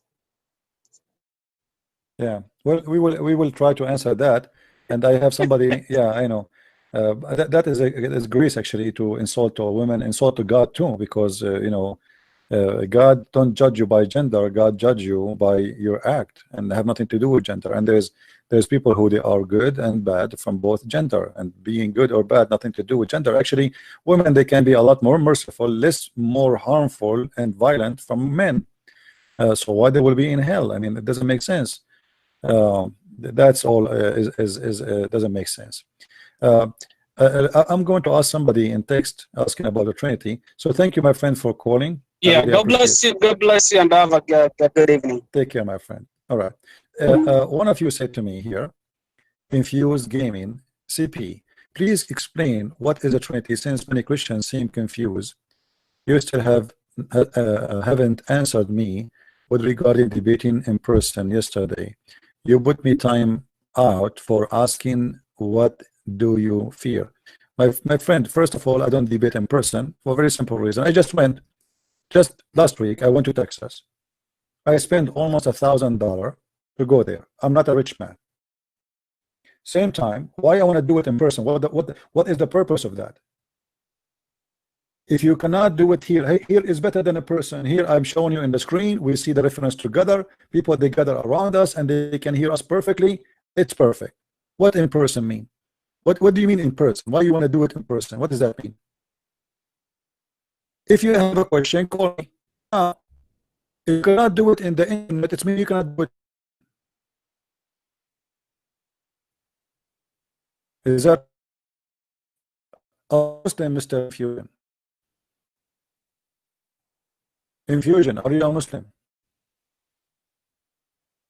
Infused Gaming, are you a Muslim? I'm asking you. You go to answer or no? It's better you in person. For me, it's this. You like it? You're the one who's coming. Conditions. I always hear. I'm a word from here. To me, God knows who's talking from Africa. The internet giving me opportunity to be in a house. This is in person. You and me in the coffee shop. For me, it's better to speak hundreds of people speaking to person. Same time, all the voices in back in. To disturb. I will see. I can.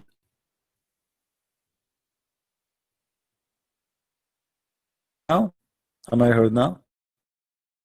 Mayday. Is it better now? All right. So, Mr. Infused Game, are you a Muslim or not? Are you a Muslim or not? You have been refuted many times in Paltalk. Ha ha ha. Oh, you have to refute me. I never saw somebody refute. Guys, anybody saw me being refuted? Show me. Have you ever seen a Muslim refuting me? Prove it. What you do? Why you don't call me and do it again? As long you can do it, you can do it. It's mean you can do it, so do it now. Here we go. I'm live. Who is the coward? Obviously, you are a coward. You are scared. You are scared that if you call me, you will be humiliated. Otherwise, if you can do it once, you can do it again. Correct, guys? People here, they are desperately looking for somebody can refute me. Why you don't do it? Okay, I will explain to you the Trinity. Here we go. And I want you to laugh with me at the Trinity in the same time. I challenge you to laugh. Let us explain the Trinity for this Abdul. What do? You always will use the Quran. Allah always, when he talk in the Quran, he say Bismillahir Rahmanir Rahim. Allah Ar-Rahman Ar-Rahim. Allah himself introduced himself as God by 3 names. The multiple names of Allah is 99, which is multiply of the 3 x 33. So Islam is based on number 3 all over. The Quran ordered the Muslims to pray 3 times. Obviously, you are a kid. Here we go. Told me a person no more than me. So what does this have to do with me? He's a great man. I'm happy for him to be no more than me. You are a stupid kid. You are just a stupid donkey like your prophet. You think you're insulting me by saying someone is no more than me? So what? What does this have to do with is more known than me? Okay, so what does this guy have to do with our topic? You are asking me, you idiot, to speak about the Trinity, and now you are talking about Robinson. This is why those people they have a demon in their head. He's trying to make you upset. You see the strategy of the devil, how stupid he is. He's like a silly monkey jumping from place to place, trying to make you upset. You are not famous like Robinson. Tony Robinson is more famous than you. He's more famous. Okay.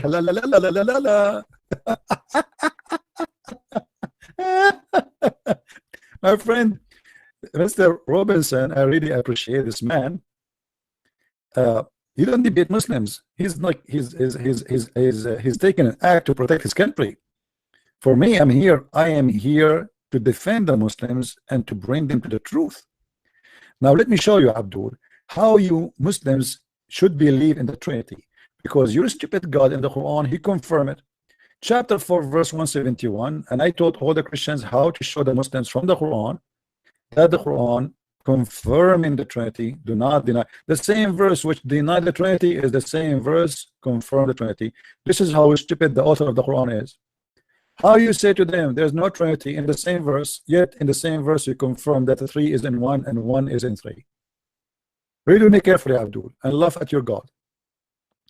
Your God, he said, who is your God? Supposedly Allah. He said, speaking about Isa, who is the Isa? Supposedly Jesus. The Muslim, they translate in Jesus, but the fact the Quran never says Jesus, he says Isa. So Isa, the Christ, as you see here, is what? He is a messenger. Okay, that is the man. In the same time, he is the word. The word of who? The word of God. In the same time, he is a spirit proceeding from him. From whom? Who? Him who? God. So Jesus the Messiah is the word, is a man, is the word of God, is the man, is the spirit. 1 by the 3. So how you stupid, you say I cannot understand the Trinity when your God himself explained it to you?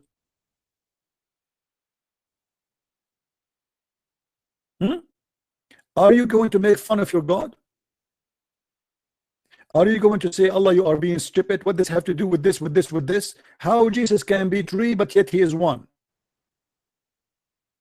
How he is the Word, he is the man, and he is the Spirit. And to make it more funny, your stupid God, he say in the same verse, say no Trinity. Do you see it? Say no Trinity, but you just gave us a Trinity? Isn't this what the Christians believe? That the Word became a man, and the man is at the same time the Spirit of God? Jesus, he said, I will go and I will send you the Comforter. I will be with you. He is going to be the Comforter. He is going to be presented between us, with us, as the Spirit of God. So you say to me, it is confusing. Well, that means the Quran is confusing. Jesus is 3 in 1. How you can be 3 in 1 in the same time? No, I don't read actually. I don't read any. You see, I don't know what you guys read. For me, I focus on things have to do with Islam. Anything else is not really interesting for me. And always I use the Muslim false doctrine to prove to them what they don't believe. Because if I spend now, as many Christians they do, if I start quoting verses from the Bible, he's not listening. He will come tomorrow. He will ask the same questions. Correct?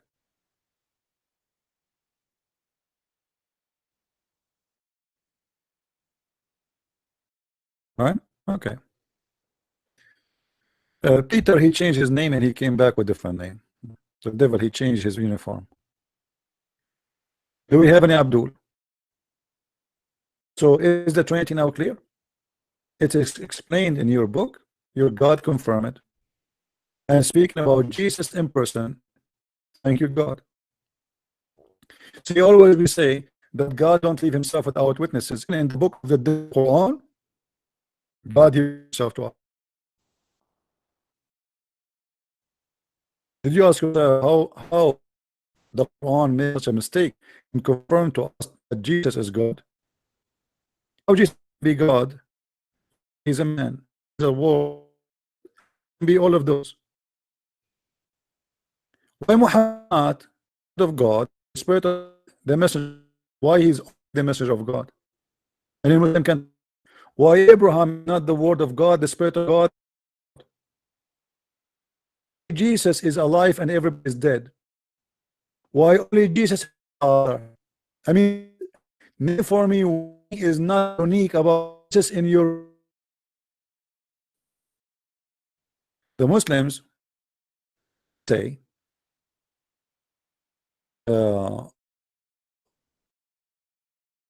that Adam is the same as Jesus. That's stupid to say.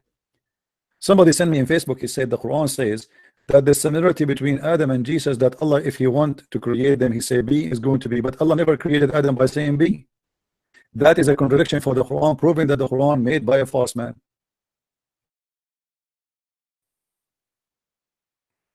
Okay guys, because the voice is bad, so today we are going to stop here, hoping maybe tomorrow, I hope so, that things will be better. All right? Am I heard?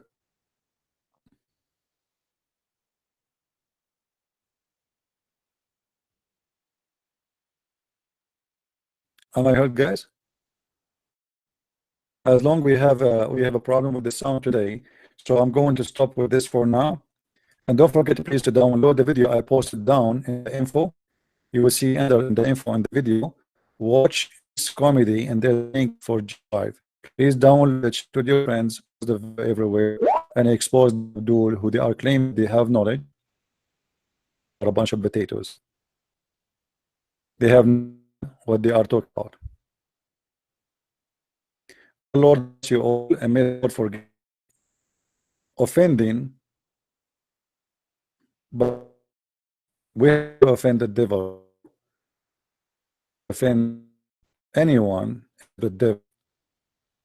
The second you offend. The second you open your mouth and you say something truthful, hurt somebody, a friend, and don't worry about hurting the feeling. Be worried about saving the human being who is lost.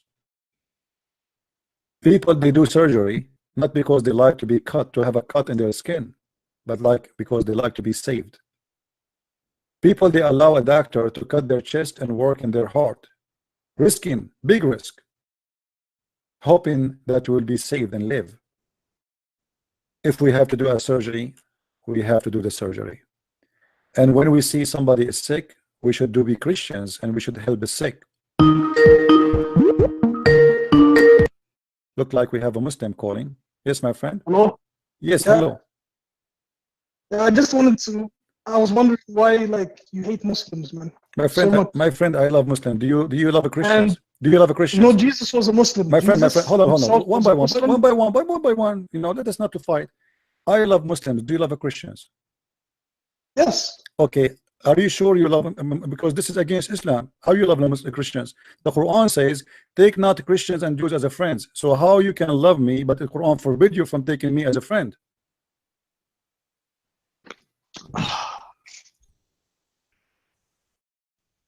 I'm listening. How you are, how, see, he hang up. See how you put him in the spot right away? He lied. He said he loved Muslims, he loved the Christians. I can show you where Jesus says, love your enemy. Anyone he think even he's my enemy, I love him. Now show me where it says you can love a Christian. You are a liar. You are practicing chapter 3 verse number 28 in the Quran. You are practicing taqiyya. The Quran in chapter 5 verse number 51 says, take not Christians and Jews as a friends. So why you are lying and says, I love Christians? Playing that you are the victim and we are the one who hate you, when it is the opposite. Why you hang up? It's embarrassing, right? Isn't it? Is that why you hang up? Because you got busted right away? You thought you can handle it for more than 30 seconds? I mean, I don't know if I can really, maybe I'm knocking down the Muslims so fast, I should wait a little bit. Why you lie to me? You say you love the Christians. Show me where it says you love the Christians. You cannot even take a friend who is your father. In chapter 9 verse number 23 it says, take not your fathers and your brothers as friends if they are not Muslims. Even your father, the one who slept with your mother, the one who made you come to earth, the one who made your mother pregnant, even that you cannot be a friend to him. They play victims to bring tears in your eyes. Oh, Christian Prince, he hate Muslims. We don't hate Muslims. We will never hate Muslims. We are fighting the hate of Islam. We are fighting it by the love of Jesus and by the truth. If you are honest, the one who called me, be honest with yourself. Is that what the Quran is saying, or I am lying that you cannot love me? They try to brand you with hate in order to make people not listen to you. They fabricate lies about you so people will not listen to you. You cannot do that with me, for the Lord is in my side. If the Lord is with me, who could be against you or against me? You want to bring me your devil who promised you thousands of females with no panties? Well, let us see what the devil can do. If the devil is really, if your God Allah is a true God, call me and give me an answer which can refute me right now. Your God will speak in your tongue if he is a true God. If your God is a true God, he will be able to refute me so easy. But because your God is a potato, he is the devil who have a funny tail. He tried to wear a uniform to make himself look like an angel, but in fact he is the devil still.